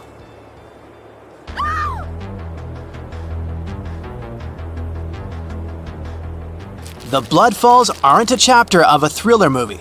They are merely a series of waterfalls located in one of the driest regions of Antarctica. They emerge from an underground lake filled with a special type of bacteria. These little organisms use sulfates as fuel instead of sugars, which makes them very intriguing for scientists. The water contained in this lake is so full of iron that it basically just rusts when it meets air. So, the reddish color of the waterfall also gives it its trademark name. The megalodon was the largest predator ever known in our planet's history. In terms of its location, the megalodon lived practically in all waters on our globe, except near the poles. The reason why there are no megalodon teeth found in Antarctica is probably because the gigantic creature was adapted to only warm tropical and subtropical waters. If you plan to visit Antarctica by boat someday, just know you might not get there on a non-metallic boat. The hull of your transportation device must be made of either steel or aluminum to withstand the harsh weather conditions here. Antarctica isn't home to a lot of bugs. In fact, there is only one true species of insect that calls this place home. It's a wingless midge called Belgica antarctica. This fly is so tiny that it only reaches 0.08 to 0.23 inches long, but it's still the Antarctic's largest terrestrial animal. A lot of Antarctic fish also come with an antifreeze substance in their blood. They don't necessarily need it for protection against the cold temperature, but mostly against touching ice. These antifreezes are made up of large glycoprotein molecules. They surround any small ice crystals that may form, making sure they don't spread through the animal's tissues, which could cause a lot of damage. They also create a sort of small pillow blocking the sharp ice crystals, so they're less likely to cause any pain. It also doesn't rain a lot here on this icy continent, but one amazing meteorological quirk of Antarctica is that it's full of diamond dust. This dust is basically small ice crystals that pop out of humid air close to the Earth's surface. Think of it like an icy fog. As they flow through the air and get touched by sunlight, they begin to sparkle, making visitors here feel like they're surrounded by diamonds. It's probably the last place you'd want to go into labor, but in 1978, the first person was born here ever. Emil Marco Palma was its name, and ever since, 10 other people have been born here in Antarctica. There's a lake on this icy continent that is so full of salt, it makes it impossible for it to freeze over, even if temperatures can go as low as 5 degrees Fahrenheit. That's because pure water freezes at 32 degrees Fahrenheit. Water that has salt in it, or any other substance for that matter, will freeze, but at a way lower temperature. That lower temperature is adjustable depending on the substance itself and the amount that has been placed into the water. Antarctica was the last official continent to be discovered. It remained completely unseen until the 1820s. But it took another 20 years to confirm it was actually a continent and not just a group of icy islands. Just because it's really cold here doesn't mean you can't go on a date here. One December night, an American scientist that was posted in Antarctica logged into a dating app simply out of curiosity. He was certain no other profiles would show up, but to his surprise, he found someone soon enough. Another researcher who was stationed just 45 minutes away, by helicopter of course. They eventually got together and went on the first date in Antarctica ever recorded. Apart from ice, this continent has something else way more abundantly than any other piece of land on Earth: meteorites. If we look at the research done by scientists, meteorites have equal chances of reaching any place on our planet. However, once they go through our atmosphere, the situation is a bit more complex. That's because different climates on our planet, like the humid ones found near the jungle, have a lot of moisture and oxygen, which will corrode most meteorites. The climate in Antarctica is really dry, so the possibility of meteorites corroding is little to none. More so, it's way easier to spot these rocks on the icy white surface of this area than in any other place on Earth. If you're not scared of the cold, you'll surely freak out when you hear about the winds here. That's because Antarctica is for the most part the windiest place on Earth. Wind speeds have been reported here to reach even 200 miles per hour. This just in, the world's oldest pyramid was built during the last ice age. And I'm not even talking about Egypt. I'm saying our ancestors might have spewed a 27,000-year-old pyramid in West Java. Gunung Padang is not exactly shouting pyramid. It's more of a mound with huge scattered stones tossed all over it. But local people seem to revere it, and they have for centuries. It wasn't until recently that the Indonesian authorities decided to excavate a bit deeper to see what all the fuss was about. They ended up finding the remains of a human settlement. It was rather unexpected, since the mound is pretty high up. This excavation could only prove there were humans in the area as far back as 45 BCE, which sounds reasonable. It was up to an Indonesian geologist named Donny Hillman to prove that Gunung Padang is the world's first pyramid. He used all sorts of new technology to support his claim. Our guy used carbon dating, which digs deep into the earth and takes whole chunks of soil. He found layers and layers of constructions, like he was digging up Rome and finding ancient buildings buried in the ground. His research proved that there had been caverns and even rooms down there, which could only mean one thing: humans. As for the rocks located up in the mound, they were most likely strategically placed by the people who lived there back in the day. They needed a place to meditate, so they arranged things in a harmonious way. Their smooth surfaces wouldn't be the result of years of erosion, but the works of great sculptures, the Michelangelos of their day, let's say. If this is all for real, then human civilizations began way before we think they did. Our ancestors, the Paleolithic humans, didn't have what it took to be considered a civilization, especially not the tools and knowledge to build pyramids. They needed a lot of masonry skills, which weren't all that available during the last ice age. His peers don't share this view, though. They could believe Hillman's theory if he had found evidence such as charcoal and bone fragments, but he didn't. Flint Dibble, another archaeologist, says that without concrete evidence of human activity, there's no proof of an actual pyramid. In this case, all the data proves is that the soil in the mound dates back to 27,000 years ago. He thinks the rocks on top of the mound just slipped down the hill like rocks normally do. Only a complex society would have managed to build a stepped pyramid like they claim it was. But according to Bill Farley, an American archaeologist, there's just no reason to believe there were any settlements in Indonesia during the last ice age. Now, just so you know, the oldest known ancient society with this kind of knowledge is probably 11,000 years old and used to occupy the region of modern-day Turkey. Take a look, Turkey's Göbekli Tepe. It's also not a pyramid, but it's the oldest monolithic construction made by humans. Back in the Neolithic period, a lot of people settled there, and there are proofs for it. For example, the walls there are covered in ancient drawings of clothing and wild animals. Until recently, the title of the world's oldest pyramid went to a three-sided construction known as the Djoser Pyramid in Egypt. Djoser is located just a few miles south of the Giza complex in a town called Saqqara. It made its way to popular culture more than once. In the 18th century, it became a common feature in European paintings. Young men from the cultural elite did a grand tour around the world, and Saqqara was at the top of their list. It was also featured in the video game Assassin's Creed, with a digital representation way more accurate than many historical drawings of the thing. That was kind of a big deal in ancient Egypt, to build pyramids for kings to spend their afterlives. And if you thought the Khufu pyramid was the oldest one in the world, well, Djoser was built 70 years ahead of that time. The development of new technology has allowed archaeologists to make groundbreaking discoveries, and a new, or should I say ancient pyramid in South America might win the title in dispute. It turns out that pyramids were also pretty fashionable in the Americas in the old days.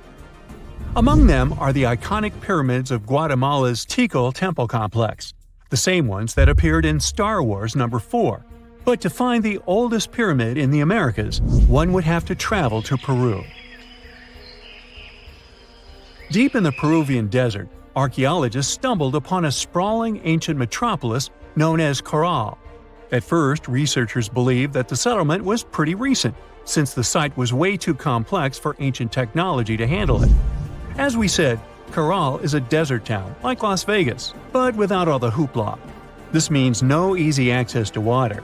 And for cities like these to thrive, they need a considerable irrigation system, which leads us back to complex technologies. The Peruvians surprised us all with this new discovery. This site was huge, filled with an amphitheater, houses, and religious buildings. The whole thing probably sprawled through 370 acres. And when scientists went to test their initial hypothesis using radiocarbon dating, they found that the city probably sprung around 2027 BCE. On the site, archaeologists found 6 pyramids that could possibly predate the one in Saqqara.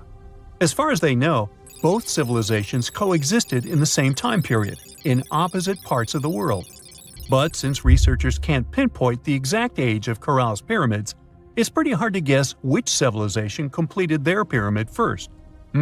If only we had a crystal ball.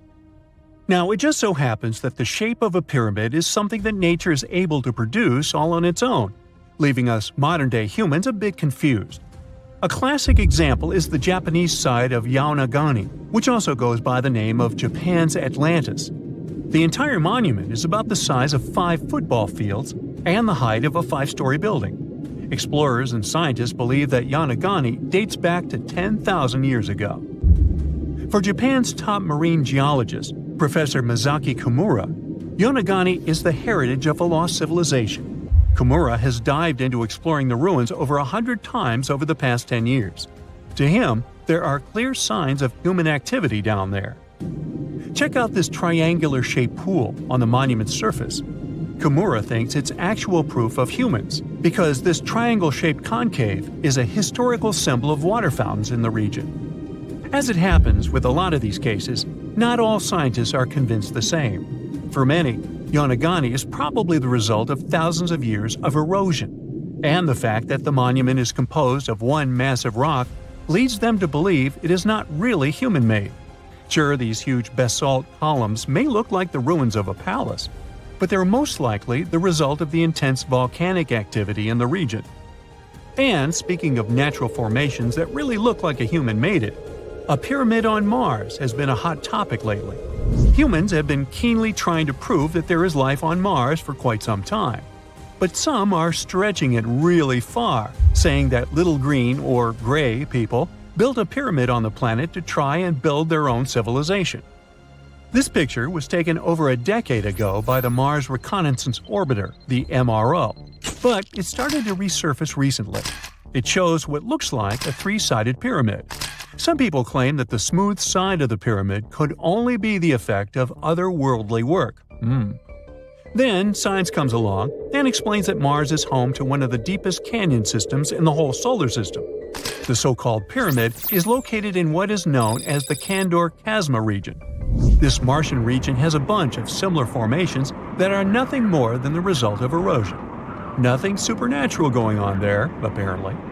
We know that the ancient Egyptians were talented enough to build something as grand as the pyramids, but were they also smart enough to measure the speed of light? There's a theory circulating online that says exactly that. If you look at these 2 numbers, you'll see that they match completely.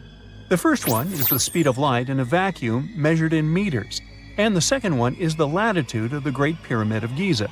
So, was it done on purpose, or is it just a coincidence? Well, happily, we can tell you that it's actually just a coincidence, not another conspiracy thingy. The Great Pyramid is just one of the many places in the world that share the same latitude. And more importantly, even if the ancient Egyptians had somehow measured the speed of light and chosen to keep it a secret from the rest of the world, they wouldn't have used meters to put it down. Meters were only defined at the end of the 18th century. The builders of the pyramids used a different unit of measure called cubits. 1 cubit is equal to 1.5 feet. Cubit was based on the length of the arm from the elbow to the tip of the middle finger, and it became popular in the ancient world. So if they wanted to impress the rest of the world and set the pyramids at a point that matched the speed of light in cubits, they would have to build their iconic constructions somewhere in Europe. And then the Danish astronomer who first measured the speed of light in 1676 would have been really upset to know that someone had done it centuries before him. So, although they were ahead of their time in many aspects, the ancient Egyptians never measured the speed of light or used longitude and latitude to map their locations.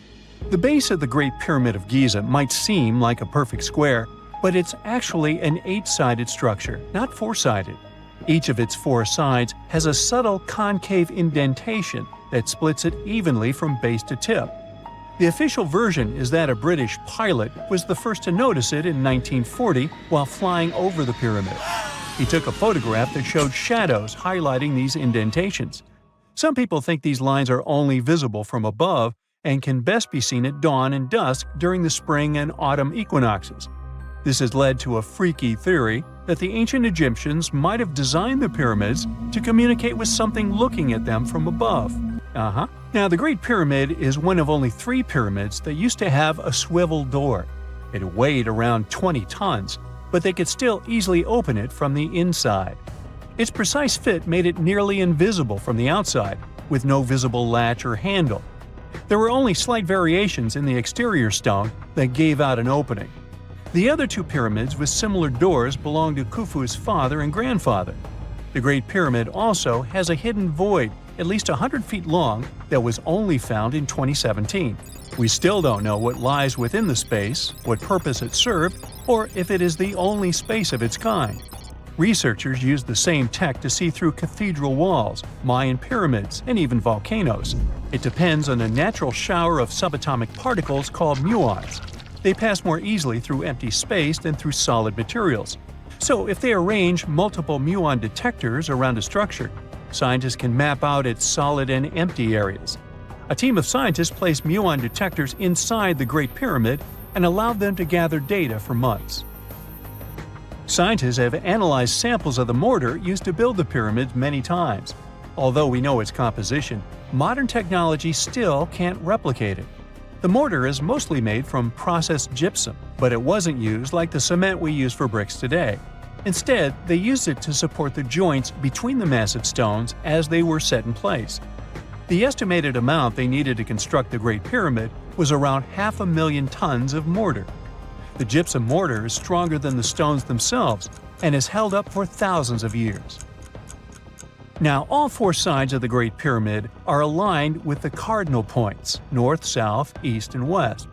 According to geologist and engineer Glenn Dash, the alignment is accurate to within 4 minutes of arc, or 1/15th of a degree.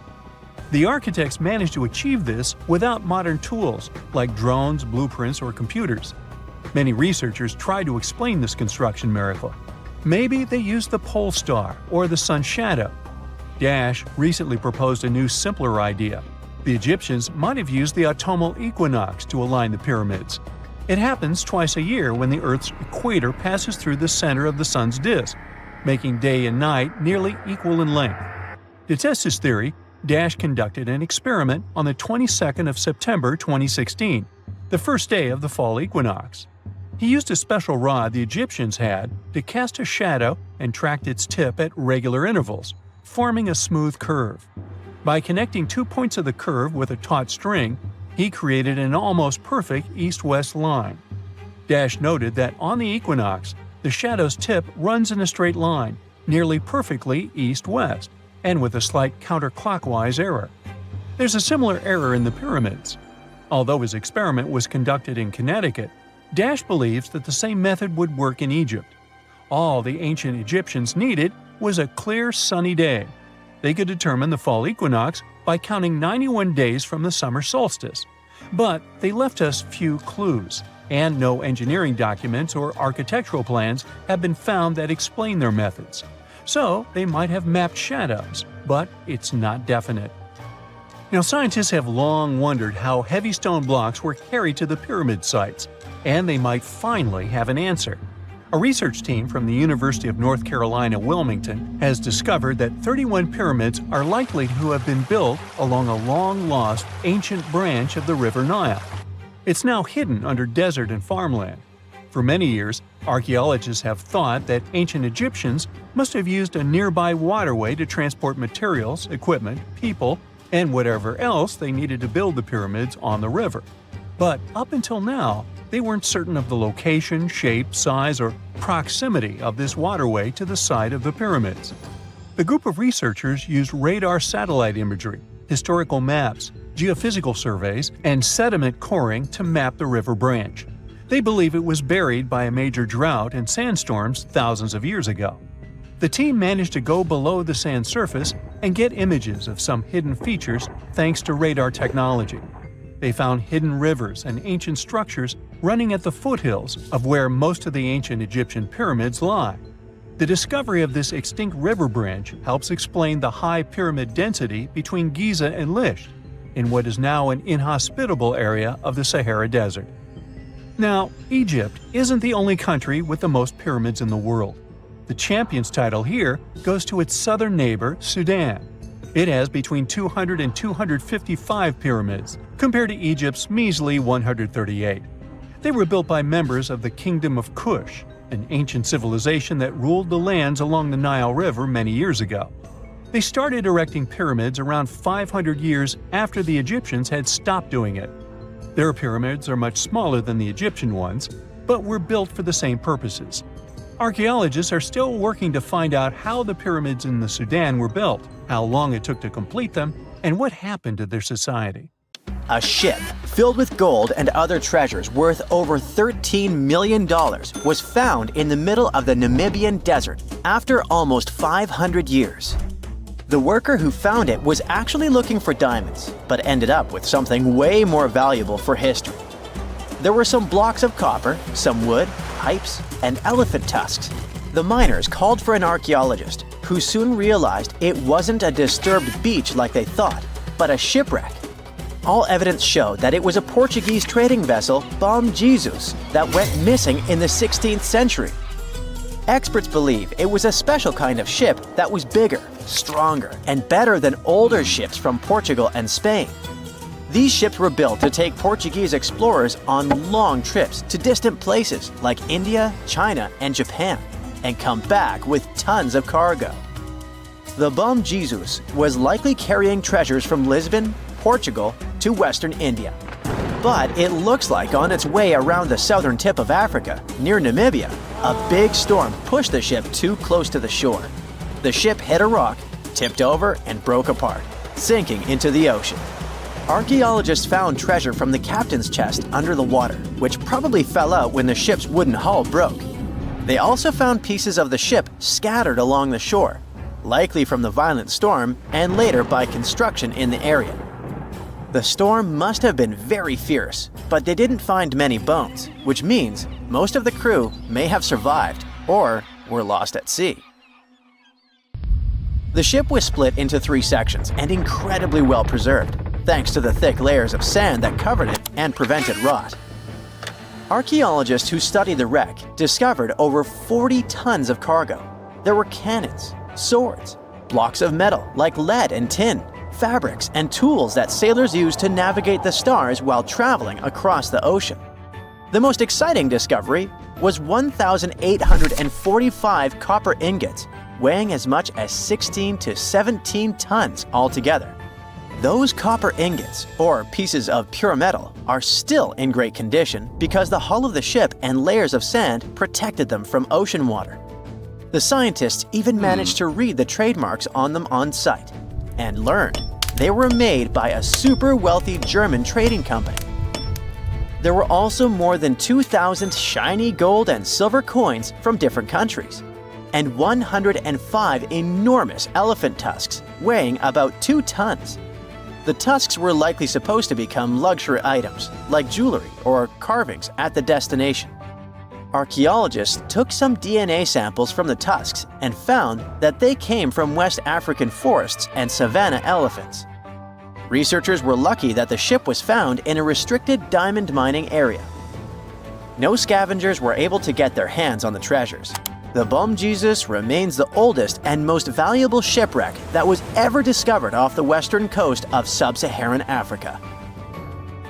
Another shipwreck recently found by accident was buried under a 10-foot tall sand dune near the Caspian Sea. Some people call it the world's largest lake, and it has water levels that rise and fall over time because of the changes in weather patterns. These changes can move sand and uncover things like this shipwreck and other treasures along the coast. As the dune slowly disappeared, the ship started to show. Before digging it out, scientists worried that waves from the sea might damage the wreck. To protect it, they built a wall using thousands of sandbags to keep the waves away.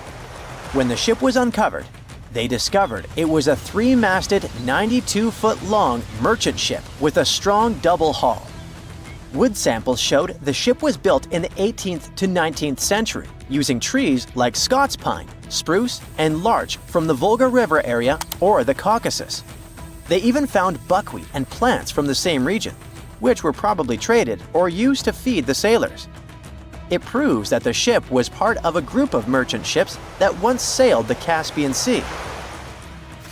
An amateur fisherman who was 20 feet under the sea off the coast of Turkey noticed some huge metal remains. He had an underwater camera, so he made footage of the discovery and took it to scientists. They immediately started an investigation and learned that it must be a shipwreck from the first decades of the 20th century. It could be one of the Ottoman Empire ships that had an important mission to deliver supplies, but disappeared without a trace. Scientists got permission to study this Black Sea wreck in detail to learn more about its mysteries. They're hoping to find its shipyard documents to find some answers, as the ship itself is in terrible condition and is tricky to work with. Robot submersibles that belong to an oil and gas company noticed hundreds of intact ancient storage jars sitting on the seabed in the eastern Mediterranean. Experts think those jars are 3,300 years old. This makes the find the oldest shipwreck from the deep sea. The jugs were probably used to store oil or other agricultural products like fruit. This proves that the people who made them organized maritime trade and had incredible navigational skills. It looks like the ancient mariners managed to traverse the Mediterranean Sea without a line of sight to any coast. All they could see was the horizon, so they must have used the sun and other stars to find their way. Off the coast of Sicily, under 20 feet of sand and rock, archaeologists found a shipwreck so old that they aren't even sure what materials were used to build it. They think the ship is from the 5th or 6th century BCE, which means it's over 2,500 years old. This ancient ship wasn't alone. Researchers also found 2 iron anchors shaped like an upside-down T from around the 7th century of the Common Era and 4 stone anchors from prehistoric times nearby. One of the stone anchors was broken and may have had wooden pieces attached to help it hold on to the seafloor. They figured out that the ship itself was built using the on-shell technique. The wooden planks of the ship were connected so tightly that they could support the ship on their own, with extra beams added just to make it stronger. Sadly, the ship's wooden hull is very fragile now because tiny sea creatures that eat wood have damaged it over the years. Scientists are being extra careful as they study it to make sure it doesn't fall apart. This discovery is such a big deal because it was built during a time when Sicily was super important for trade. Back then, the Greeks and Punics were trying to take control of the seas long before Rome became the ruler of the Mediterranean. By studying this ship, scientists hope to learn more about how people traveled and traded in those ancient times. One more shipwreck, this time off the coast of Kenya. Could be from Vasco da Gama's final voyage. This Portuguese explorer was the first European to reach India by sea around the Cape of Good Hope. Local fishermen discovered the shipwreck in question in 2013. When an underwater archaeologist came to check it out, he found some treasures at the spot: elephant tusks and valuable copper ingots. If this find really has to do with Vasco da Gama, then it must be from the 16th century. It was the year of his third and final voyage to India. Da Gama led a huge fleet of 20 ships, one of which was the São Jorge. Most of the ship is hidden under layers of coral, and a whole team of scientists are carefully digging trenches to find parts of the ship's wooden frame and hull. In July 1990, 4 Czech guys decided to go on an adventure to find the Mongolian death worm, a creature that might have inspired the monster you've seen in the movie Doom. They say it lives somewhere deep in the Gobi Desert, so they flew to Mongolia, hopped into an ATV, and hired some local guides to help them. All that to meet a creature that is up to 6 feet long, can spit acid that could melt anything, and is capable of shooting electricity at those it doesn't like. Legend says that these friendly guys spend most of their days hiding underneath the sandy dunes, but they'd like to come out during the wetter months of June and July. So the timing for a spotting was simply perfect. But the crew needed to figure out how to lure the creature. Sadly for them, no one knew what the giant worm liked to eat. So they built a thumper, which is a machine that made rhythmic pounding noises. They were hoping it would call the worm out of the ground. For 2 months, they searched the vast desert, crossing dunes and rocky plains, looking for any sign of the creature. But alas, it didn't really work out. Ivan McCurley, who was the leader of the 1990 expedition, came back to Gobi Desert again. He once tried to attract the megaworm with blasts, and the second time he used a small airplane to scout the dunes. Over the years, groups from America, Britain, and New Zealand organized big expeditions to the Gobi Desert to try and find the creature. Many others came from all around the world on their own and found nothing.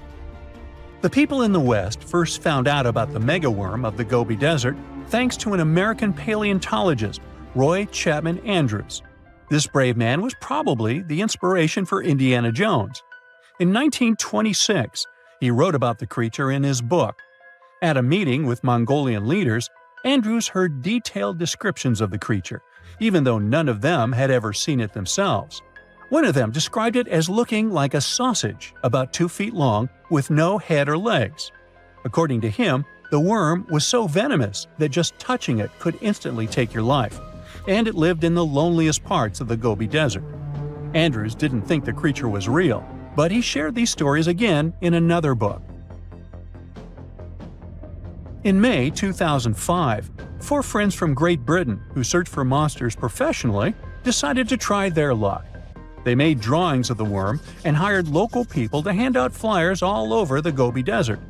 These flyers offered a reward to anyone who could give information about the worm or even bring them a specimen. They thought loud sounds that other explorers tried would scare the beast away.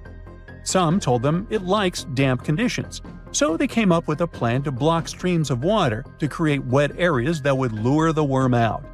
Their plan didn't work because it was too hard to build dams in the desert. They ended up using small traps, but didn't find any actual proof that the worm existed. But they did meet locals who shared interesting stories about strange creatures they had seen over 70 years. Over the years, stories of the monster spread around the world. In some of them, it's only 1 foot long. In others, it's as large as a human.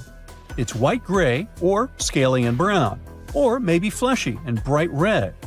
Someone said it resembled a snake, or maybe a caterpillar, or maybe it has wings and can fly.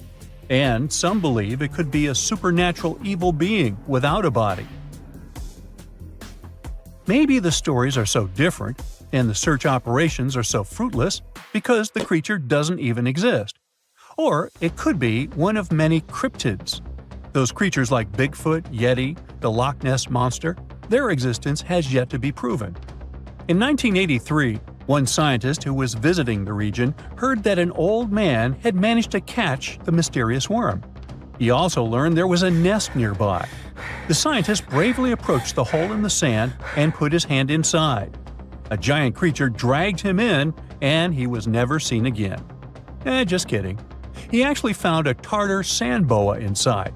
It's a chunky, burrowing, non-venomous snake that has small eyes and gray-brown scales. He showed it to the locals to verify if it was the monster, and supposedly all of them said yes. Most Mongolians who know about the worm still believe it's real. Now, even though people call our supposed monster a worm, it's just what it sounds like in the English translation. Many Mongol cultures have used this word for centuries to refer to any animals they thought to be really dangerous, especially snakes, even non-venomous ones. So, it doesn't have to be a literal worm after all. Worms are soft and squishy, but a creature living in the harsh Gobi Desert would need to be tougher, more like a snake or a type of lizard without legs. Neither of these creatures can shoot electricity or spit acid like they say the death worm does. But some snakes, like cobras, can spit venom that's dangerous for people. If it were real, the creature would have a backbone, and explorers searching for it would likely find some bones or evidence left behind. And there are actually fossil remains all over the Gobi Desert. Scientists found representatives of over 80 dino groups here over the last almost 100 years. It all started with the world's first dinosaur egg nests. This discovery changed all the scientists knew about dinos. It was the first proof they laid eggs. In the following 2 years, the same expedition team unearthed over 100 dinosaurs and took them to the American Museum of Natural History, where you can still see them today. Some of them were swimming around in the Cretaceous Sea that used to be here about 71 million years ago. They resembled modern birds.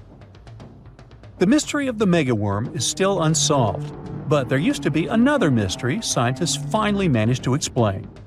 Back in the 13th century, a famous traveler, Marco Polo, not the guy from the swimming pool game, crossed the Gobi Desert. He thought he could hear mysterious noises, like the sounds of musical instruments such as drums. He wrote about it in his book and believed he might be hearing the voices of restless spirits.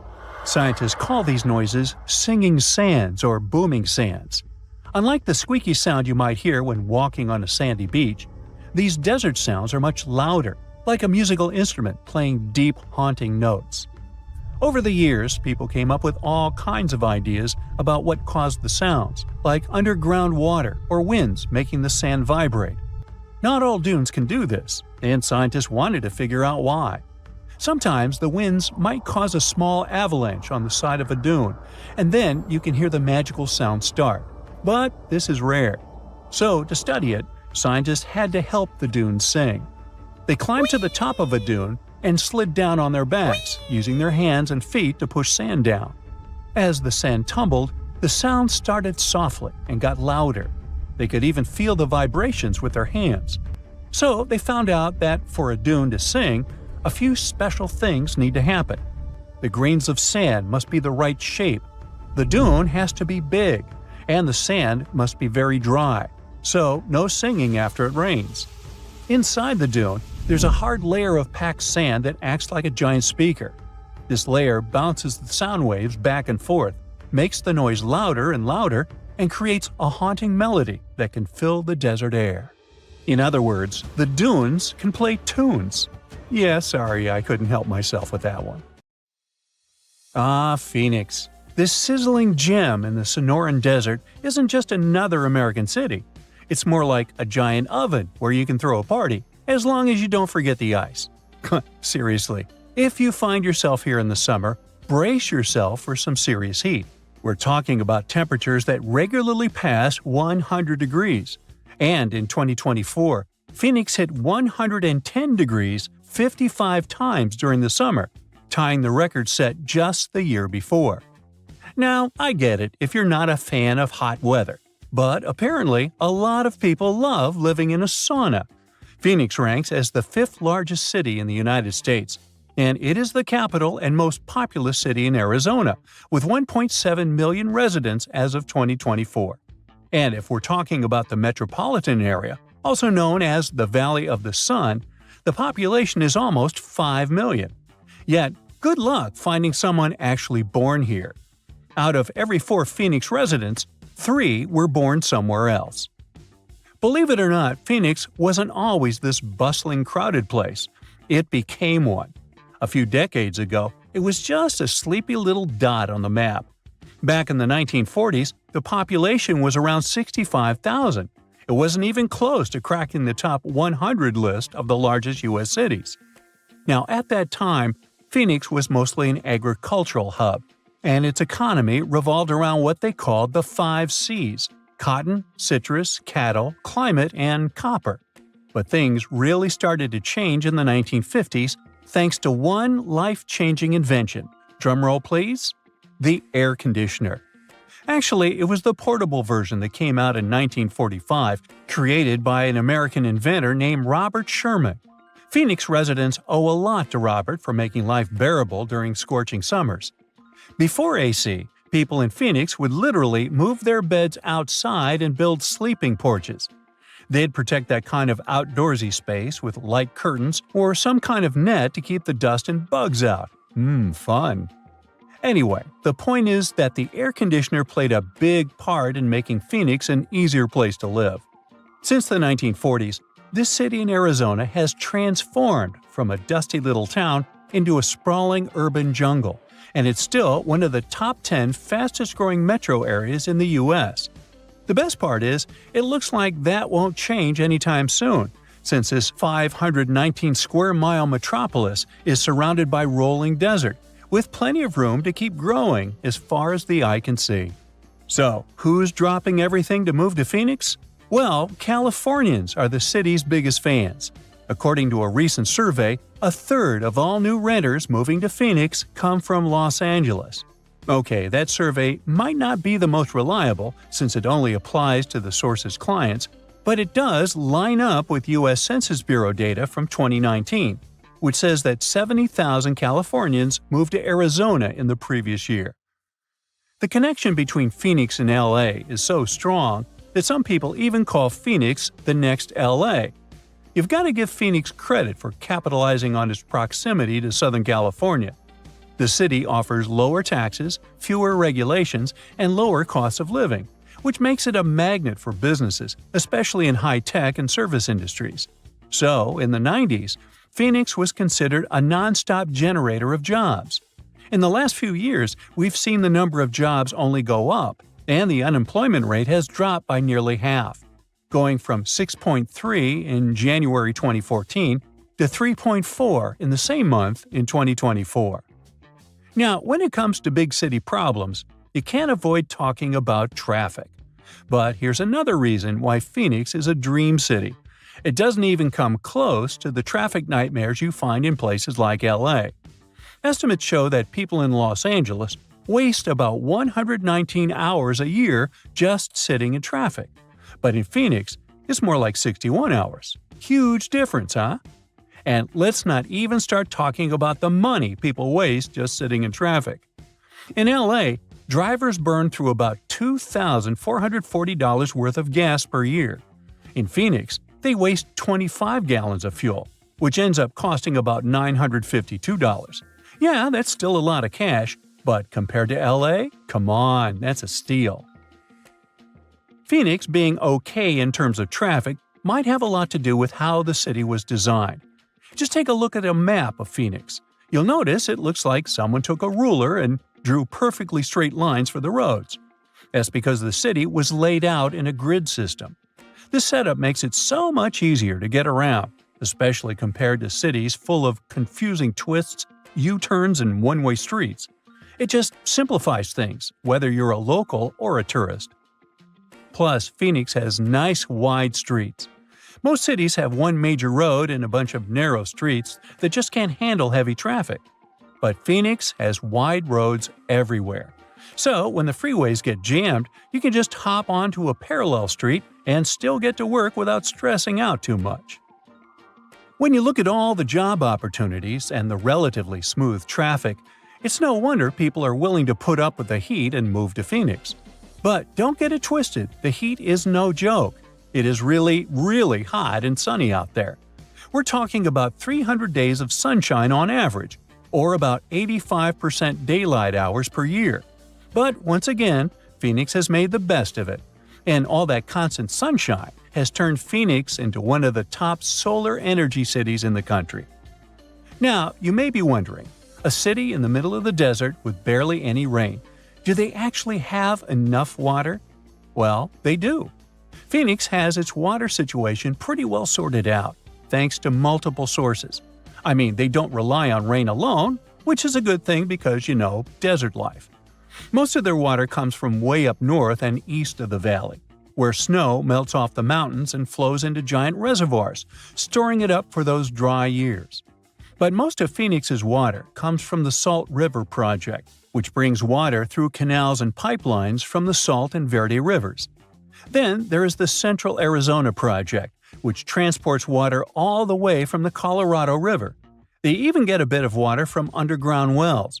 And Phoenix doesn't want to waste a drop, so they're smart about recycling, reusing treated water to keep parks green, and even recharging their groundwater.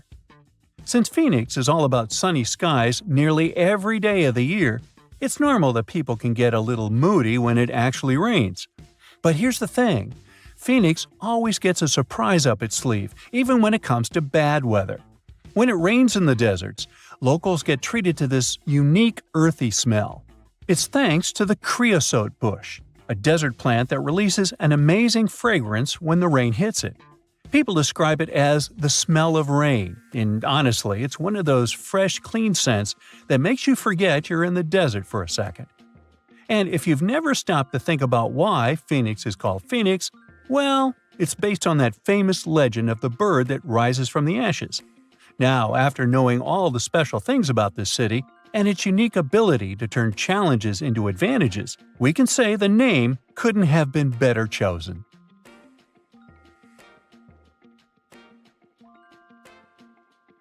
When you think of an epic desert scene with blazing sun, endless dunes, and those magical little oases, you probably picture the legendary Sahara, right? But what if I tell you that 11,000 years ago, this vast expanse of hot sand looked totally different than it does today?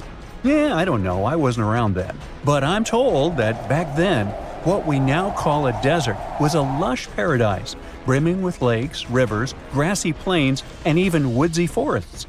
So, where did all this water go?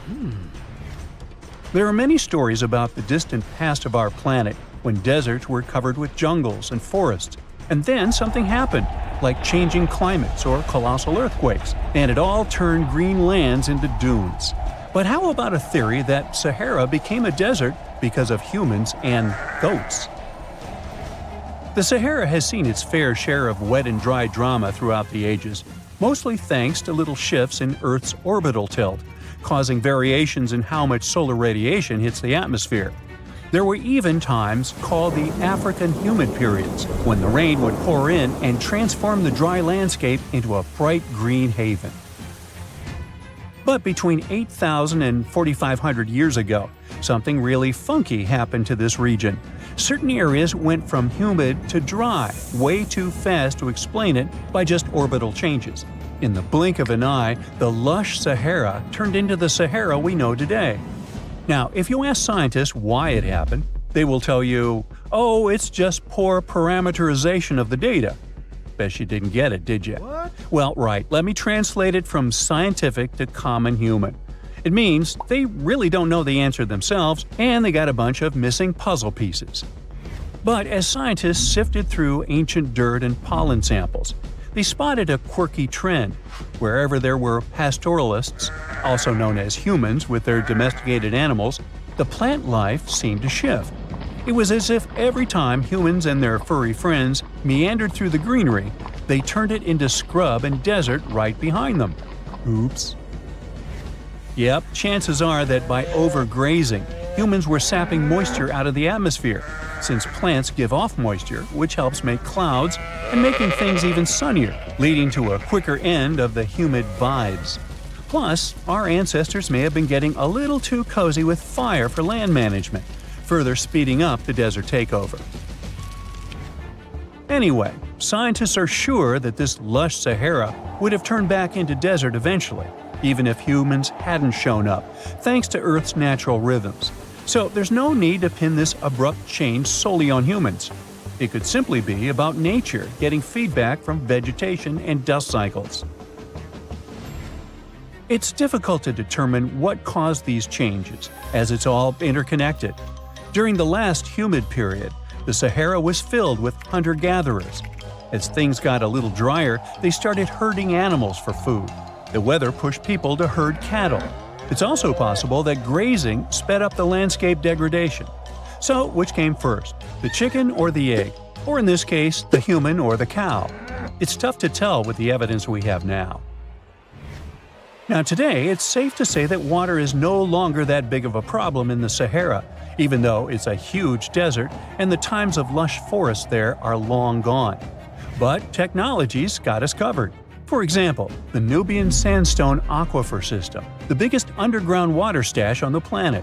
It's nestled beneath the Sahara Desert's eastern edge and stretches across 4 northeastern African countries – Sudan, Chad, Libya, and Egypt, covering a whopping 770,000 square miles and holding around 36,000 square miles of groundwater.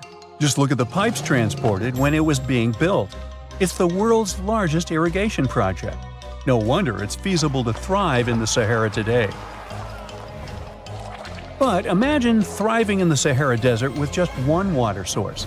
Sounds like a tough gig, right?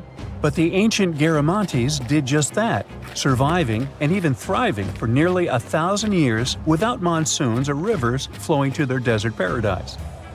These clever folks were the trendsetters of urban life in the sands, and even the Romans couldn't help but notice their genius. While many thought they were just desert-dwelling savages, the Garamantes were busy building an empire in one of the toughest climates on Earth. But how did they do that?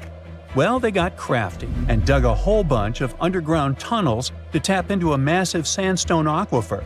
They were literally squeezing every drop of life from under the dunes. But recently, research showed that the Garamantes weren't just hardworking, they were pretty lucky too. The Garamantes had an underground aquifer that brought water up to a hill where they built over 500 fogaras, which are irrigation systems, some stretching as long as 2.5 miles.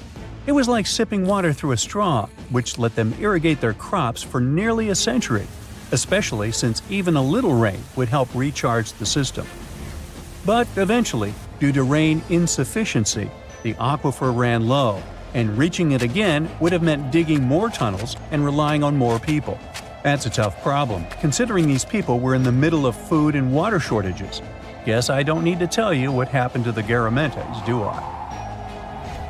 The fall of the Garamantian culture might be linked to several factors. It may have been due to climate changes, or they may have simply used their water resources too much. Back in the day, the Sahara Desert was actually fertile agricultural land, thanks in part to the cool irrigation system the Garamantians created. But since fossil water isn't something you can replenish over time, the groundwater levels dropped pretty low. This likely played a big role in the kingdom's decline by the late 7th century CE. That sounds like someone who hit a lottery jackpot, used up all the money, and went back to their original not-so-cool job once the bank account got fully drained. Oh, by the way, even if the Garamantes left some secret wisdom messages for us, the chances are we'll never get what they wanted to tell us. Nobody really knows what language they used, and their texts are nearly indecipherable to us today. But let's go back to the Green Sahara. So it transformed into a desert about 4,500 years ago. But today, we can understand how people lived in those times in the Sahara thanks to natural parks in Africa that have the ultimate outdoor art gallery. There are well over 15,000 ancient paintings and carvings depicting everyday life from around 11,000 years ago. However, if the carvings aren't enough for you and you feel like visiting an actual green desert, all you have to do is book a flight to California. One of the most beautiful phenomenon in the world, the superbloom, takes place here. Look at all these colors: orange, green, pink. It's a miracle. Wildflowers bloom right in the middle of a hot desert after several years of rainfall in dry places. It's such a bright and colorful landscape that superblooms can be seen from space. This rare phenomenon can be observed in other arid places and deserts in western and southern Africa, Western Australia, and Chile. In all these places, the weather is very hot and dry in summer. Mild humid air comes in winter, and this is the ideal environment for mass flowering. Flower seeds that lie in desert sands can wait for decades before starting to produce flowers. When the hot sun destroys all the weeds and grass, and the rainfall becomes enough to moisten the soil, the seeds are kind of like, well, okay, now it's our turn to play a big game. And then hundreds of thousands of tourists come to take photos and post these beautiful pictures on social media. And this, unfortunately, is one of the main dangers for flowers. Therefore, if you find yourself in a place like this, don't pick the flowers and don't trample on them. Stay on the path, don't litter. Take only pictures and leave only footprints. You get it? Good. Something exciting and kinda unexpected popped out among the rocks of the Ica Valley in Peru. The bones of a really old whale that lived almost 40 million years ago. At first, no one was really impressed because the bones they found were big and weirdly shaped, so people just thought they were looking at giant boulders. I mean, that's cool too, but things got way better when they realized those were the remains of a very large ancient animal that roamed along the coast of ancient Peru. Plus, it was probably the heaviest creature that ever lived. Sorry, blue whale, I know you worked hard to get to the top. The length of over 100 feet and weight of more than 200 tons brought you the status of the biggest animal on our planet. But it seems you've held the title long enough. Time to hand it over to our next candidate, and that one's really gigantic. This ocean beast was probably shorter than the blue whale, but heavier, with a weight that could be between 93 tons and 370 tons. If it's closer to the higher number, it'll make Perseus the biggest animal ever known to have lived on Earth. And it seems its weight was the result of having extremely thick, dense bones. You can see such bones today in manatees or some other early whales. Dense bones are a great tool for such marine mammals. This feature makes them heavy and allows them to stay submerged most of the time. But at the same time, if their body was too heavy, they would end up sinking all the time, and they would waste too much energy to move back up to the surface. So, to avoid sinking, marine mammals need to have enough lighter tissues, like muscles and fat, to help them float in the water without using too much energy. Now, scientists didn't have the whole skeleton, which makes it hard to tell how big the animal was, but they used the ratio of the heavy bones to the lighter tissues in other marine mammals to estimate the overall weight of this giant ancient whale. Experts found these fossils about 13 years ago and spent the next decade freeing the whale from the rock. Its anatomy and age showed this whale was a cousin of Basilosaurus, a whale that had a long snout full of sharp teeth, and a sleek body similar to that of an eel. Even if Perseus wasn't bigger than the blue whale, it was still a giant that ruled the ocean depths. Unlike modern whales, there's a possibility that this ancient fellow was a predator that liked to go after bigger prey. And this also changes how we see the history of whales. Scientists used to think these magnificent creatures became really big about 5 million years ago when they started eating lots of small creatures. But here's the proof that giant whales existed even before that. But it's still unclear how this whale managed to find enough food to sustain its enormous body. Plus, it's still hard to tell what exactly this ancient creature had on its menu. It was pretty large and not such a fast swimmer, so it's possible it searched for food in shallow waters. Then it probably ate crustaceans, clams, or some other small animals hiding in the sand. One theory says it was a scavenger, which basically means it munched on remains of everything that would come its way. It's not so unusual to find marine animals in deserts.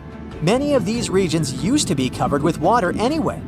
The Sahara in Africa is a perfect example. About 50 to 100 million years ago, this was not a dry desert, but a shallow saltwater body called the Trans-Saharan Seaway.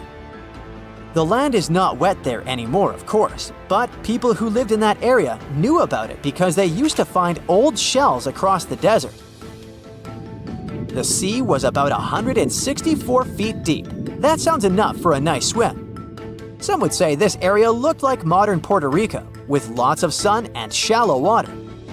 Mangrove forests were a common thing as well as seafloors covered with mollusks, like snails and clams. The marine sediment that was left behind after the sea had dried up is full of different fossils. And the animal that lived in that ancient underwater world didn't look friendly. Plus, they were much bigger than their relatives from modern times, so a regular-sized human would end up as a snack, not even a whole meal. Normally, when animals live on small islands, they can become much bigger than their relatives from the mainland. This is something we call island gigantism, and it happens because there are more resources or fewer predators on islands. Maybe the same thing happened in the Trans-Saharan Seaway. Even though it wasn't an actual island, the water moved in and out, which created little pockets of water. And specific conditions in these pockets might have helped animals grow bigger. So we're talking about giant sea snakes, catfish, and fish that no longer exist today. One had incredibly strong jaws, and the animal used them to eat hard things and even crush shells. Their teeth showed they were fierce predators other animals had every reason to be afraid of. They went through some changes when it came to diet, similar to some types of piranhas. And the competition to get to the top of the food chain wasn't a joke. Not when there were also such large predators as sharks, crocodiles, and ancient relatives of elephants. Sahara went through different phases. If you could use a time machine and take a peek at Earth's largest hot desert as it was about 6,000 years ago, you wouldn't have to struggle with sand and heat. You'd have a nice walk through a green and pretty lush place. In the past, people who lived in that area didn't leave drawings on cave walls that showed camels, sand dunes, and scorpions. All those things you'd see in today's Sahara. Instead, they drew crocodiles. That's additional evidence that the Sahara used to have a lot of water and plants enough to support these big yet scary animals. Around 3 billion years ago, Earth might have been mostly covered with water. Today, it's about 71% of its surface, but it seems that our planet used to be a giant ocean world with no continents at all, just some scattered islands. Scientists studied special rocks in Western Australia that formed in a place deep under the ocean called a hydrothermal vent system. To explain this better, it's important to mention two common oxygen types, O16 and O18. O18 is heavier because it has extra neutrons. O16 evaporates from water more easily, and as researchers studied an old ocean floor, they found a lot of O18, more than in today's oceans. This way, they realized ancient Earth had less dry land than Earth today. Australia is a good spot to conduct these studies because a long time ago, it also used to be a beautiful place with large animals and lush rainforests. But as time went by, the land became drier and Australia had more deserts formed, such as the Great Victoria Desert. Rainforest remained only on the edges of the continent. What happens with deserts across the globe is called desertification. That's when land that used to be good for growing things turns into a desert or something similar. Our planet changes over time, together with its climate. But desertification also happens because of human activities, like mining, farming, and building cities. And when land turns into a desert, it's a problem because it can't support people and animals anymore. Food doesn't grow there. There's not enough clean water, and animals lose their homes. To help with this problem, there's a plan many countries agreed to. They decided to work with farmers to take care of the land, fix damaged areas, and manage water better. All in all, to make our planet a better place for life. Mirror check. You've got your beige parka on, your chisel is packed, and your overnight plane ride to Saudi Arabia is booked. You know what this means, right? Unfortunately, you weren't cast in the remake of Dune. It just means that you're ready to go explore the world's largest desert areas in the hopes of uncovering prehistoric secrets about our ancestors. Let's get one thing straight. If you ever thought that deserts were empty spaces, think again. They might be filled with sand as far as the eye can see, but they also hold a lot of history. You know, because before humans settled down in cities and towns, we were nomadic people, and we traveled all around the globe looking for food, water, and shelter. So we had to come up with some interesting stuff to survive. Like this thing that was found in the desert of Saudi Arabia. Do you have any idea what this could have been? Over many years, scientists have discussed the origins and use of huge structures such as these ones. It seems our Neolithic ancestors were way smarter than we gave them credit for. They didn't spend all their hours around the fire carving weapons out of stone. No, they were also practicing their architectural skills. These huge stone structures are called desert kites, because if you look at them from a distance, well, they sort of look like kites. Archaeologists have arrived at the consensus that these kites were used to lure animals in. This way, it would make it easier for our ancestors to guarantee their week's food. But that's not all. Take a look at these monolithic structures right here. They show us that our ancestors probably drew on rocks, the blueprint of what they were going to build on the ground. Just like modern-day architects, desert kites could be miles long, so they drew out a plan before actually building them.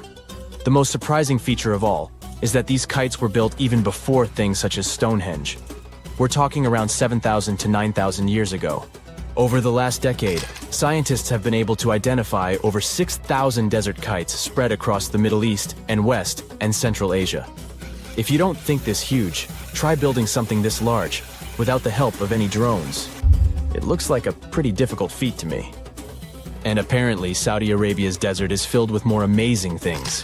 Scientists have found mysterious stone structures that are older than the pyramids of Giza in Egypt. So of course, you can't wait to go check that out.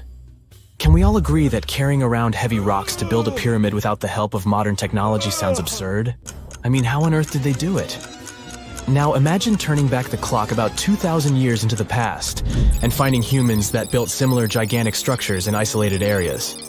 Take a look at these so-called mustadils. They are rectangular structures built from piled-up stones, found over 77,000 square miles. Some archaeologists believe that these monuments were used for ritualistic purposes, maybe processions of some kind, where people would walk from one end of the plateau to the other. I'd be down for that. Now let's move on to another deserted area. We're entering the world-famous Sahara Desert landscape. Isn't it beautiful? Here, you're about to unravel an ancient mystery, something that took years for researchers to solve. Fun fact, the Sahara Desert is the world's largest hot desert. It spans over 3 million square miles, which would be like putting 1,000 times the country of Hawaii next to each other. We say it's the largest hot desert because the world's largest desert area is Antarctica. But we all know temperatures over there are freezing, not the typical image of when we think of a desert. Deep into the desert, near the Algerian town of Fougeret et Zoua, something strange was found. For decades, these tiny dots appeared on images of Google Earth, but nobody could explain what they were. Some scientists were sure that these circles are the result of oil activity in the region. Others guessed that these were ancient fogeras or ancient water wells.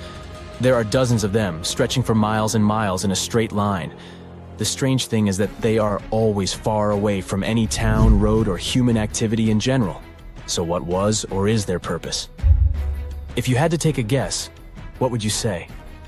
Remember we talked about how our ancestors had to be creative in order to survive in the desert? Let's try to walk in their shoes for a minute. Imagine you're a nomadic hunter-gatherer living in a desert area. You spend your days basking in the hot sun, trying to count all the grains of sand around you. But you also need to eat and drink water. But how on earth do you get water in a desert? Sure, you can hope to keep running into oasis every week or so, but that seems a bit risky, doesn't it? That's why North African people invented the so-called fogeras. The fogeras are a 2,500-year-old irrigation system. Locals would dig deep wells in elevated areas, wells deep enough to tap into underground water. Then, they would dig parallel shafts at regular distances.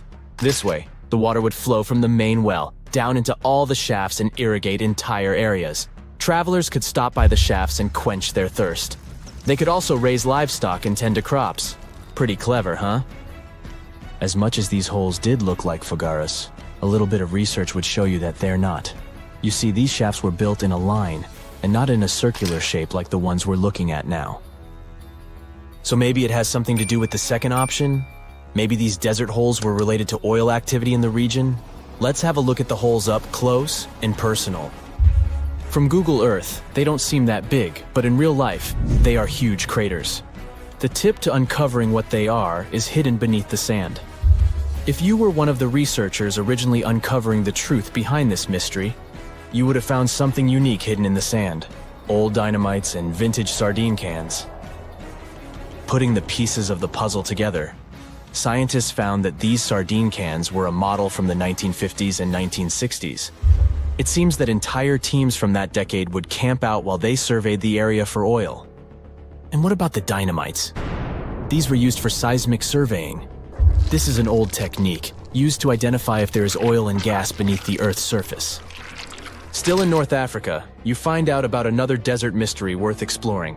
Near the city of Tiaret, southwest of Algeria's capital, one runs into 13 peculiar monuments. These structures are also called jedars, and yes, I am aware of how much that may sound like a Star Wars reference. They are pyramid-like in their shapes, and as far as scientists know, They were used as final resting places for the people who lived in the region. Can you guess who these were? Most likely the Berber nomads. And since we're talking about ancient stuff, they were probably built between the 4th and 7th centuries CE. Once scientists began to explore the insides of these monuments, they found they were pretty big inside.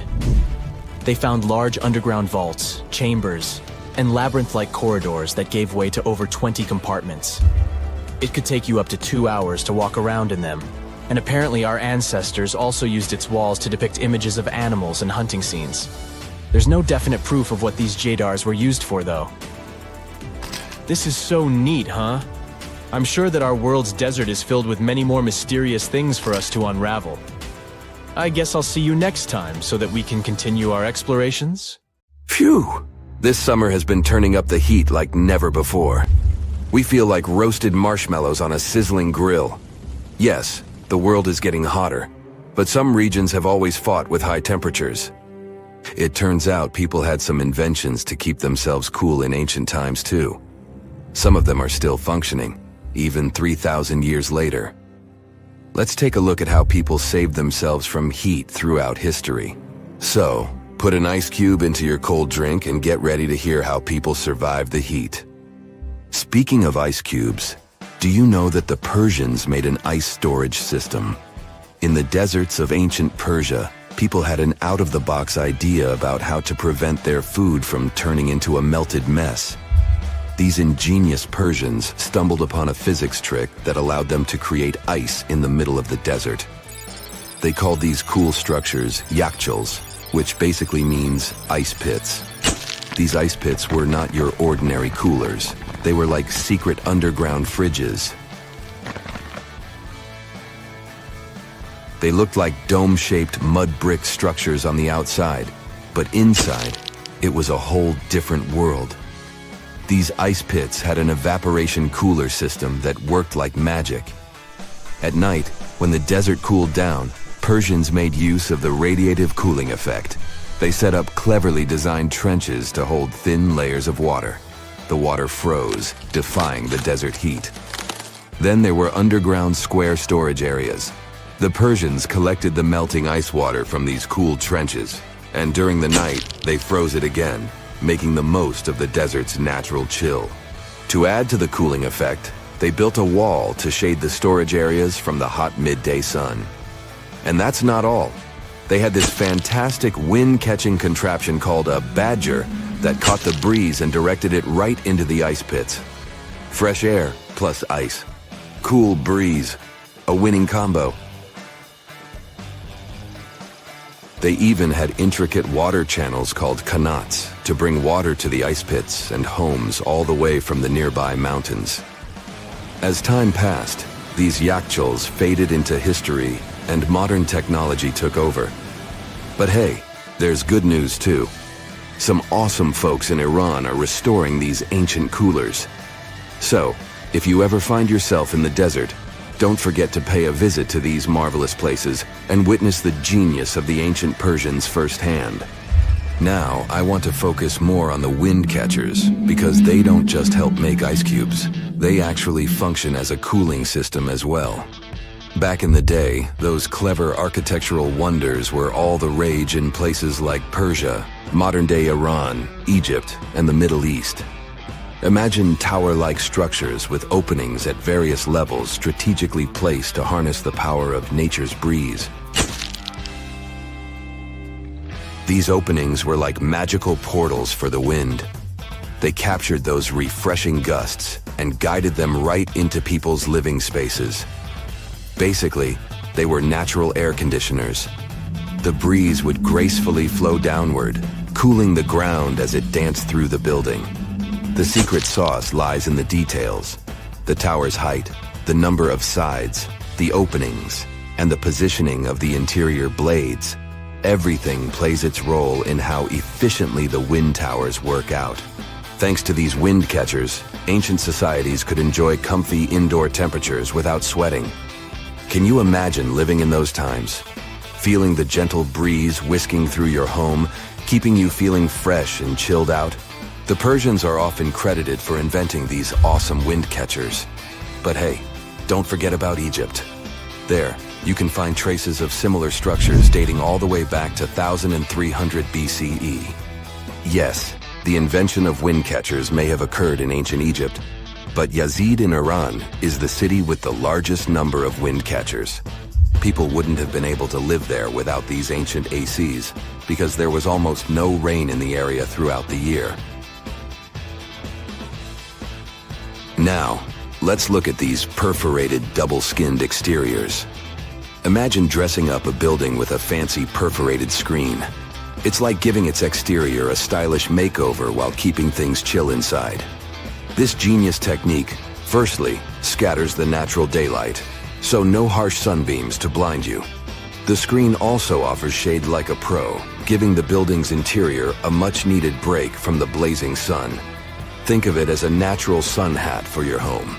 Placing this screen about 4 feet away from the outer walls creates a breezy, dreamy hallway for fresh air circulation. And hey, they add a touch of elegance to the building too. These structures are sometimes called jali. Jaipur, India, for example, has an average daytime temperature of about 100 degrees Fahrenheit. So these structures are lifesavers.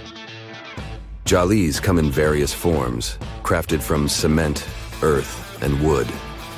It's a cultural symbol deeply embedded in Indian architecture. You can find its captivating presence in iconic historical buildings like the majestic Taj Mahal and the Grand Red Fort in Delhi. But hey, it's not just a thing of the past. It's still rocking modern architecture scenes, and its charm has sparked creativity in artists and designers worldwide. It adorns the building's exterior, its cross-section showing a larger opening on the outside and a smaller one on the inside. This is where the Venturi effect steps in to show off its physics prowess. As the air flows through the narrowing passage, it picks up speed, creating a difference in pressure between the inside and outside of the building.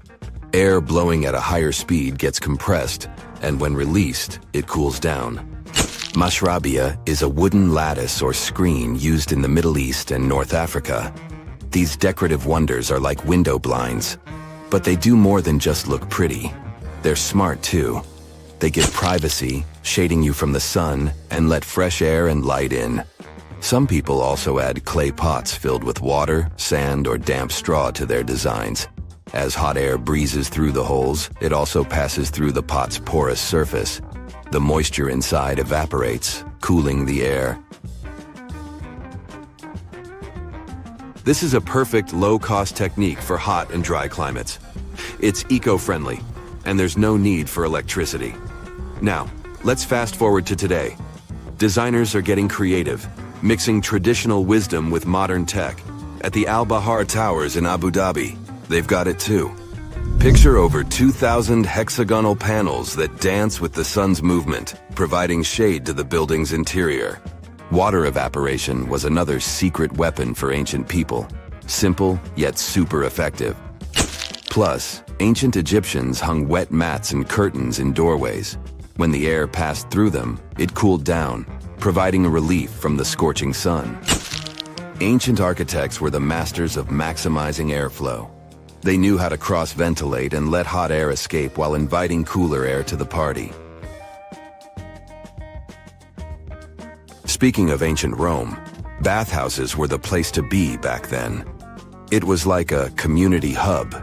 People gathered to chat about politics, play sports, and, of course, take a relaxing dip. The frigidarium was the cool spot in Roman baths. After a steamy soak in the caldarium, Romans dashed to this giant pool to chill out. Then in some places, like Cappadocia in Turkey, people went underground to hide from the heat. They carved cozy dwellings in volcanic rock, harnessing the Earth's natural cooling powers. So the lesson here is simple. Architects and designers can create wonders by combining local traditions with smart tech. California's Death Valley boasts the highest officially registered temperature to date, with 134 degrees Fahrenheit in 1913. Meanwhile, Africa's sweltering record stands at 131 degrees Fahrenheit in Kebili, Tunisia, as noted in 1931. In Europe, the highest temperature ever documented reached almost 120 degrees Fahrenheit in Sicily in August 2021. Then, in 2022, the UK had the hottest summer of all time.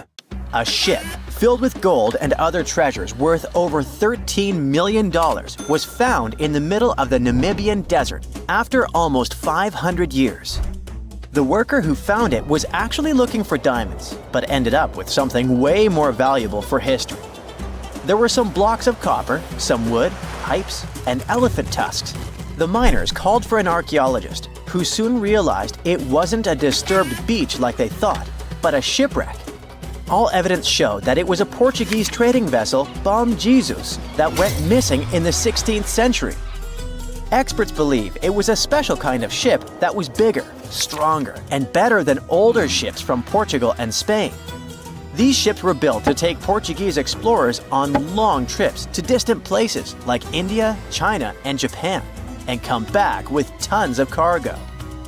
The Bom Jesus was likely carrying treasures from Lisbon, Portugal, to Western India. But it looks like on its way around the southern tip of Africa, near Namibia, a big storm pushed the ship too close to the shore. The ship hit a rock, tipped over, and broke apart, sinking into the ocean. Archaeologists found treasure from the captain's chest under the water, which probably fell out when the ship's wooden hull broke. They also found pieces of the ship scattered along the shore, likely from the violent storm and later by construction in the area. The storm must have been very fierce, but they didn't find many bones, which means most of the crew may have survived or were lost at sea. The ship was split into 3 sections and incredibly well preserved, thanks to the thick layers of sand that covered it and prevented rot.